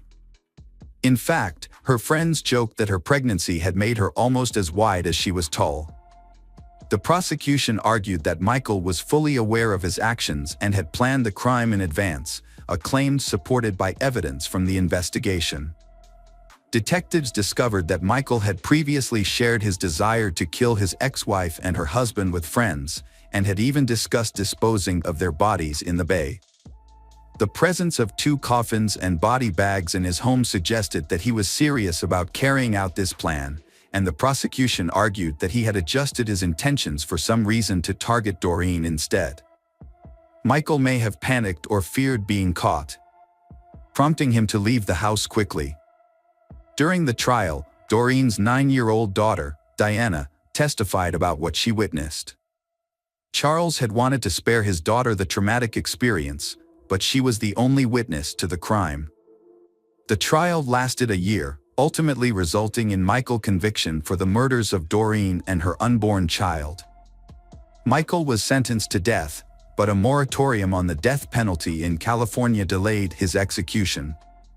As a result, Michael remains in prison, and his sentence will be carried out. Years later, Diana revealed that the murder had such a profound effect on her, and she could never forget the horror she witnessed. Ultimately, Diana decides to forgive Michael and try to move past the past to focus on the future. Welcome back. mystery lovers. Today's case is going to keep you on the edge of your seat. The case of the Harvey family. Brian Taba Harvey, 49, was a local icon who rose to fame in the 1980s as the lead singer and songwriter of the indie band House of Freaks. Although he and his musical partner Johnny Hott went their separate ways professionally in the 1990s, they remained close friends. A dedicated musician, Brian performed on stage for the final time on New Year's Eve, unaware that it would be the last night of his life.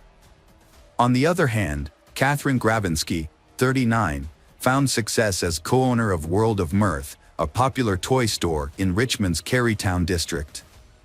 She was an artist who pursued various endeavors, including painting sets for community theater, working as a pastry chef, and waitressing. Catherine had an older sister, Shelley Gravinsky, and was also the half-sister of actor Stephen Culp, known for his roles in TV shows such as The West Wing and Desperate Housewives, as well as various films. Brian and Catherine's paths crossed at the Border Cafe on Main Street, where Catherine worked and Brian frequently visited with Johnny. In 1990, Brian and Catherine got married. The House of Freaks then released an album featuring a song called I Got Happy, which was dedicated to Catherine. The couple had 2 daughters. Their first daughter, Stella, was born in 1996. After becoming a father, Brian realized that having children helped him find meaning in life and the importance of keeping hope for his children's future. Their second daughter, Ruby, was born in 2001. While working in the computer department of the Henrico County school system, Brian continued to pursue his passion for music. Meanwhile, Catherine started her own business, opening a unique toy and gift store called World of Mirth in the Carytown neighborhood. The store was designed to be a welcoming space for parents and children to spend time together, and children are free to play with the available toys. Brian Harvey's family lives in a quiet, quaint neighborhood south of Richmond. Their 2-story red brick house was surrounded by large trees, porch swings, and ivy-covered gardens. They had a cozy family room in the basement. The family was well respected and loved in the community, and it seemed no one had any ill will towards them. On New Year's Day, 2006, Brian, his wife Catherine, and their 2 daughters, Stella and Ruby, were preparing for a busy day. They were hosting a barbecue lunch for friends and family, a tradition they enjoyed every year on this day. They woke up early to get everything ready. That Sunday morning, Brian went outside to collect the newspaper, absorbed in the front-page news. He didn't lock the door when he came back in, which wasn't unusual for them, especially on party days when friends would be arriving. The neighborhood was considered safe, so they didn't think much of it. However, on that day, Brian was unaware that some criminals were secretly lurking nearby. Catherine was busy in the kitchen, preparing cookies for the guests who were expected to arrive soon. Suddenly, she heard voices coming from the living room and thought that some guests had arrived early. But when she went to check, she was shocked to see 2 strangers instead of familiar faces. Later, Brian, Catherine, and their young daughter Ruby were ordered to go downstairs to the basement playroom. Stella, who had spent the night at a friend's house, had not yet arrived home. Once the family was in the small room, the intruders used electrical cords and packing tape to tie them up. The intruders told them that as long as they cooperated, no one would get hurt while they searched the house. Just as the intruders were starting to ransack the house, someone knocked on the front door at around 10 a.m. The leader of the intruders untied Catherine and told her to answer the door. However, he warned her that if she tried to escape or ask for help, her daughter and husband would be killed. Catherine was in a difficult situation. Stella was about to arrive, and if she answered the door, she would put her daughter in danger. On the other hand, if she didn't answer the door, the intruder might get angry and hurt her family. In the end, Catherine decided that it was best to cooperate, so she opened the door. Stella suddenly ran past Catherine and into the playroom, where the family usually spent a lot of time together. Catherine quickly intervened, stopping Stella's friend from following her. Kieran Perkinson, the friend's mother, later expressed her surprise at Catherine's unusual behavior. When Perkinson asked Catherine how she was feeling, Catherine said she was not well. Then, she made a circular motion with her hand, mimicking a gun and pointing it at her head. This abruptly ended the conversation, and Catherine shut the door. This strange gesture would later trouble Perkinson, wondered if Catherine was trying to convey something. She wondered if Catherine being monitored by the intruders. Perkinson left, intending to return later for a party. All 4 members of the Harvey family were now inside the house. Catherine went back to the basement and found Stella had been securely tied up alongside the rest of the family. Everyone was caught helpless and defenseless. Chaos broke out unexpectedly and without any prior indication. The assailant revealed a knife taken from the Harvey's kitchen and began slashing the family members' throats. Angry that he had to wait so long for them to die, he ordered his accomplices to hit them hard on the head. However, the accomplice refused. The assailant then grabbed a claw hammer and ruthlessly struck the family members repeatedly until they stopped moving. After removing Catherine Harvey's wedding ring, the assailants set the room on fire using wine as an accelerant to conceal evidence of their crimes. As they escaped from the scene, they ate a plate of freshly baked cookies from the kitchen counter and stole a laptop, DVD player, and other items. They rushed out and entered the getaway vehicle parked outside, where a woman was waiting. She was related to one of the robbers and had been on lookout duty during the incident. They quickly departed, leaving the scene as quietly as they had arrived. Later that day, around 1:30 p.m., Johnny arrived at the celebratory gathering. Upon opening the front door, he was met with a thick cloud of smoke and a strong burning smell. Alarmed, he alerted the neighbors. They quickly called 911. Firefighters arrived at the scene and put out the fire. However, they soon discovered 4 bodies in the smoldering basement. Despite initial appearances, investigators determined that the fire did not cause the deaths. Instead, they found evidence of a more sinister cause. The investigation was now treating the incident as a murder case. The scene was so heartbreaking that it left even the police and medical staff, who were accustomed to dealing with traumatic situations, utterly stunned and shocked. Some were even seen crying openly. The discovery that parents were made to watch their children being brutally killed, and that children were also forced to witness the brutal deaths of their parents, was especially devastating. Autopsies revealed that Brian and Catherine died from blunt force trauma to the head. Stella's death was caused by a combination of blunt force trauma and smoke inhalation, suggesting she was still alive when the fire started. Ruby's cause of death was stab wounds to the neck and back, resulting in her death. The authorities immediately launched an investigation into the murders, but they had little evidence to work with. To gather more information, they appealed to the public for assistance.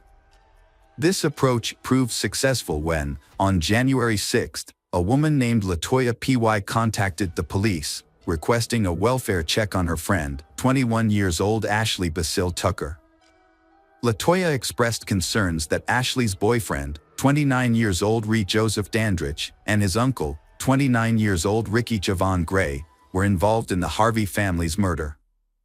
Gray, who was slightly younger than his nephew by a few months, was reportedly the one in charge. The investigation took a significant turn when Latoya revealed that the 2 men had hidden evidence of their crimes at her residence. She disclosed that Gray and Dandridge had recently visited her home with a laptop that had an image of the Harvey family as its wallpaper. Given the extensive news coverage of the Harvey case, it was clear that the laptop belonged to the family. Latoya revealed information about the plan that Ashley, Gray and Dandridge had devised to rob Ashley's parents. According to the plan, Ashley would pretend to be a hostage, allowing Dandridge and Gray to extort money from the Persil Tucker, Ashley's stepfather. This would make Ashley appear innocent, even though LaToya knew about the plan and was offered a role in it. However, LaToya became suspicious of the group and declined to participate. Later, when LaToya asked Gray and Dandridge about Ashley's whereabouts, they gave a cryptic response, saying, "Ashley has gone bye-bye." This increased LaToya's concerns, and she contacted the police. The information she provided was crucial in helping investigators connect the dots. When investigators arrived at the residence where Ashley lived with her mother, Mary Baskerville Tucker, and stepfather, Persile Tucker, they found a gruesome scene. Inside the home, they discovered the lifeless bodies of all three victims, who had been subjected to a brutal and violent death, similar to the Harvey family. The victims were bound, gagged, and had their throats slit. Duct tape was wrapped tightly around their heads, causing additional suffering. Mary and Persile had deep neck lacerations, and Persile had a sock inserted into his throat. Ashley was found to have been suffocated with a plastic bag. The cause of death for all three victims was determined to be suffocation and torture. The police believed that the killer's primary motivation was a thrill-seeking desire, rather than any obvious personal benefit, so they worked together to catch them before they could hurt anyone else. Similar to the Harveys, Persile and Mary live a quiet life with no known enemies. Percy works as a forklift driver, while Mary works for a cleaning service company. Their peaceful life was shattered by their daughter's betrayal, leading to the tragic death of a couple enjoying their golden years. Investigators quickly discovered a crucial connection between the Harvey family's case and the Tucker family's case. Ashley was found wearing Catherine's wedding band, which had been missing and taken from Catherine. With this revelation, urgent action was necessary to apprehend Gray and Dandridge before they could inflict further harm. Authorities tracked Gray and Dandridge back to their home state of Pennsylvania and apprehended them in Philadelphia on January 7. Dandridge claimed that Gray planned the murders and he just followed orders. When faced with these accusations, Gray provided explicit and disturbing details of the two family massacres, explaining that financial gain was the primary motivation behind their actions. Notably, during the Harvey family murders, he was under the influence of an illicit substance called PCP, also known as phencyclidine or angel dust. This potent drug is known to cause auditory and visual hallucinations and often leads to aggressive behavior. During his confession, Gray showed no emotion, maintaining a chilling stare. His indifference to the lives he took led investigators to view him as a ruthless and heartless individual. Additionally, it was discovered that Gray was responsible for the murder of his wife, Trevor Terrell Gray, whose body was found in a shallow grave in Washington, Pennsylvania. The couple, married for 6 months, lived together in a house owned by Trevor's family. They shared the home with Gray's nephew, Dandridge. Trevor's parents reported that the couple frequently had intense arguments. On the day Trevor's body was discovered, Gray had claw marks on his forearm. Initially, neither Gray nor Dandridge were considered suspects by the Washington police. Trevor's mother, Manna Squires, claimed that the police thought Trevor's death was due to a drug overdose, which led to a slow investigation. Trevor's death initially raised suspicions, but a thorough investigation did not occur until Gray confessed to the crime in 2006. On December 31, 2005, a violent assault occurred outside a home in Arlington. Two men, later identified as Gray and Dandridge, attacked 26-year-old Ryan Key in front of his parents' house. The assault left Ryan with severe injuries, including stab wounds to the chest, neck, and arms. He spent 2 weeks in a coma due to the near-fatal attack. Additionally, he permanently lost the use of his right arm. Gray and Dandridge faced multiple charges related of the Tucker's family killings. Gray was charged with 5 counts of capital murder, while Dandridge faced 3 counts of murder. Despite initially admitting to their involvement, both men pleaded not guilty. Gray's 6-month trial concluded with a guilty verdict on all counts. He received a life sentence for the murders of Brian and Catherine Harvey. The court also sentenced him to death for the brutal murders of Stella and Ruby. Following Gray's conviction in September 2006, Dandridge chose to accept a plea deal to avoid the death penalty. He was sentenced to life in prison without the possibility of parole in December 2006. Gray also faced charges in Culpeper County for the murder of Cheryl Warner, a 37-year-old mother of 3 who was found shot and hanged in her burning home. Gray pleaded not guilty, but the charge was later suspended due to conflicting evidence on June 4, 2008. Over the next 9 years, Gray's lawyers filed multiple appeals. They argued that Gray's traumatic childhood had affected his mental capacity. However, the Supreme Court rejected his case in 2016. As a result, Gray was scheduled to be executed on January 18, 2017. On the scheduled date, with all appeals exhausted, Gray was put to death by lethal injection at Greensville Correctional Center. Meanwhile, Dandridge remains in prison at Sussex 2 State Prison. The Harvey family's brutal murders sent shockwaves of horror and grief through the community. Over 1,400 people attended their memorial service, expressing condolences and sorrow outside Catherine's store. Flowers, dolls, and candles formed a poignant tribute along the curb outside the red brick house. The candles, lit by children, remained glowing for weeks. Catherine's brother Culp described the murders as a devastating blow that felt endless. He spoke about the pain of thinking about the family's final hours, saying that everyone was trying to move forward. Welcome back, detectives. Let's dive into another horrible case. The case of the Parente family. William Michael Parente was born on July 20, 1949, in Bay Ridge, Brooklyn. His parents, Willie and Rulon Parente, raised him with values rooted in their family's history of law enforcement. His father, a New York trooper, played a significant role in shaping his upbringing. As an only child, William received his parents' undivided attention. He spent summers enjoying the sun with his family in Long Beach. William pursued his education at Brooklyn College and Brooklyn Law School, thanks in part to the financial support of his uncle, Anthony J. Russo. William worked in his uncle's Manhattan law office on the Avenue of the Americas. There, he built a reputation as a thoughtful lawyer and dedication to his family. William was known for his demeanor, courteous which extended to everyone. He worked diligently for long hours, but made sure not to overwork himself. Unlike many of his peers, he refrained from using profanity or engaging in post-work gatherings for drinks. His disciplined lifestyle and commitment to kindness set him apart in the legal community.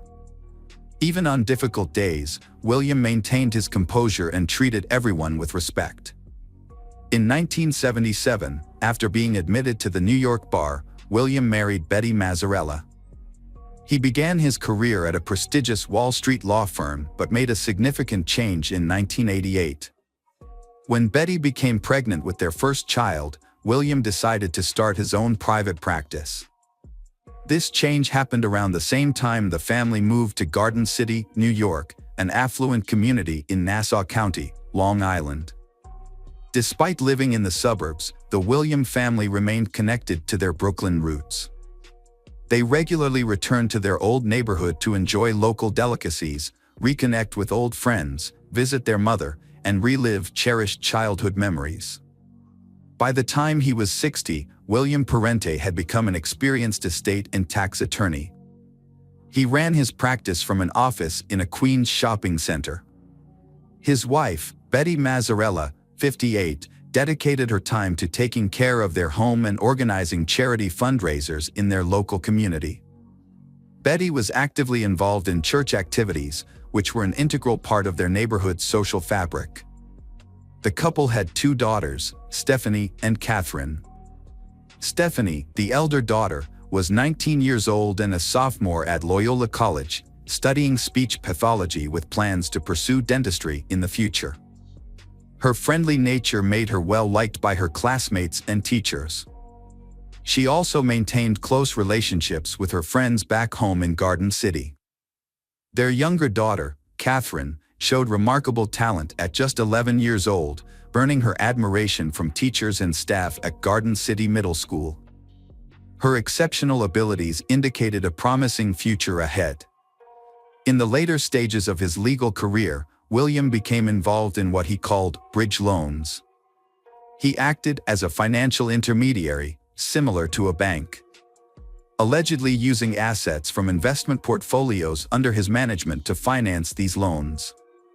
When an investor asked for their money back, William Parente was unable to return the funds or explain why he couldn't. On April 15, 2009, William, along with his wife Betty and youngest daughter Catherine, took a trip to visit their eldest daughter Stephanie in Towson, planning to surprise her. They booked room 1029 at the Sharon Hotel, near the Talone Town Center Mall, with a reservation until the 19th. When they arrived, Stephanie's friend was surprised, given that classes had just resumed after the Easter break and Stephanie was busy preparing for a chemistry exam. The visit was unexpected, especially since the parents had already planned to visit on Friday the 17th to discuss Stephanie's study abroad plans in England. Despite the initial surprise, the visit seemed like a normal family reunion. However, what took place that day remains unclear. Based on the evidence, here is what happened. Betty Mazzarella Parente was the first victim. She was brutally assaulted and suffocated in bed on Sunday morning. Later, Catherine, the youngest daughter, met a similar fate, dying from the same violence as her mother. Catherine's body was placed beside her mother's. On Sunday afternoon, Stephanie arrived at the hotel after leaving her campus and tragically met the same demise as her mother and younger sister. Her body was laid beside theirs on the bed. None of the victims showed signs of struggle. No evidence of drugging or physical restraint was found. William Parente carefully planned the annihilation of his family. On that somber Sunday, around midnight, one of Stephanie's close friends and roommates grew worried about her absence from their dorm room. After hours of worrying, the roommate called the hotel room phone to reach Stephanie. The roommate knew Stephanie planned to return to the dorm to study for final exams, so they were surprised when William Parente, Stephanie's father, answered the call. William explained that Stephanie was staying at the hotel with family. The roommate accepted this excuse and ended the call, unaware that Stephanie was already dead. Later, the roommate thought back on the conversation and remembered that William's tone seemed unusual. On Monday morning, William Parente ended his life by using a knife he had bought at a nearby mall. He inflicted fatal injuries on himself in the hotel bathroom. When the family failed to check out, hotel staff became concerned. School Loyola College also raised concerns about Stephanie's unexplained absence from classes, especially since it was a crucial time for her final exams. The college contacted the hotel, requesting a welfare check on Stephanie and her family. At 3 p.m., a housekeeper tried to enter their 10th floor room but found the door locked and received no response. The housekeeper alerted other staff, and a hotel manager entered the room. The manager found William Parente's lifeless body in the bathroom, having taken his own life with a knife. The manager quickly called emergency services and continued to investigate. As he entered the room further, he found 3 bodies carefully arranged on one of the beds. The victims were Betty Mazzarella and her 2 daughters, Stephanie and Catherine. The Baltimore County Police were immediately called to the scene, and all other guests on the 10th floor were relocated as part of the investigation. The police also took the family's Mercedes-Benz SUV from the hotel parking lot. After investigating, they determined that William Parente had committed a murder-suicide on that Sunday. And the police found that the causes of death were asphyxiation and blunt force trauma. They believe that Betty and Catherine were the first victims, followed by Stephanie. The police think that one of William's last interactions was with Stephanie's boyfriend, who tried to call Stephanie around midnight. However, Stephanie had already been killed by her father by then. Shortly after the call, William likely went to the bathroom and took his own life using a knife he had bought earlier from the mall. It is believed that William Parente's decision to kill his family and then commit suicide may have stemmed from an investigation into his possible involvement in a major fraud. William Parente was accused of being part of a Ponzi scheme, a type of investment scam where money from new investors is used to pay existing ones, often resulting in huge financial losses. Investors have been scammed of around $20 million, with one investor claiming a loss of $450,000. Investigations showed that William had issued bounced checks totaling $245,000 to investors, leading to further complaints to the New York Attorney General's office. After William Parente's death, some investors came forward with losses totaling millions of dollars. A colleague of William's made a poignant observation: financial losses can be recovered, but the loss of human life is irreparable. Friends and family have struggled to overcome their feelings of grief following the horrific incident. A memorial service was held at Loyola College on Monday night to honor Stephanie's memory. The family William Parente home, once full of life, became a somber space filled with tributes such as flowers and candlelit vigils. A funeral service was held at St. Joseph's Church in Garden City to commemorate Betty and her daughters. According to reports, Catherine's middle school classmates were transported by bus to attend the service. Stephanie's college peers made a significant effort to join, driving from Talon and arriving as early as 4 a.m. for the morning ceremony. The family was laid to rest together at St. Charles Cemetery in East Farmingdale, New York. In contrast, William Parente received a separate, private funeral service at a different location. He was cremated, but the location of his ashes was not publicly disclosed. The horrific actions of this merciless perpetrator have caused immense distress for the victims and their loved ones.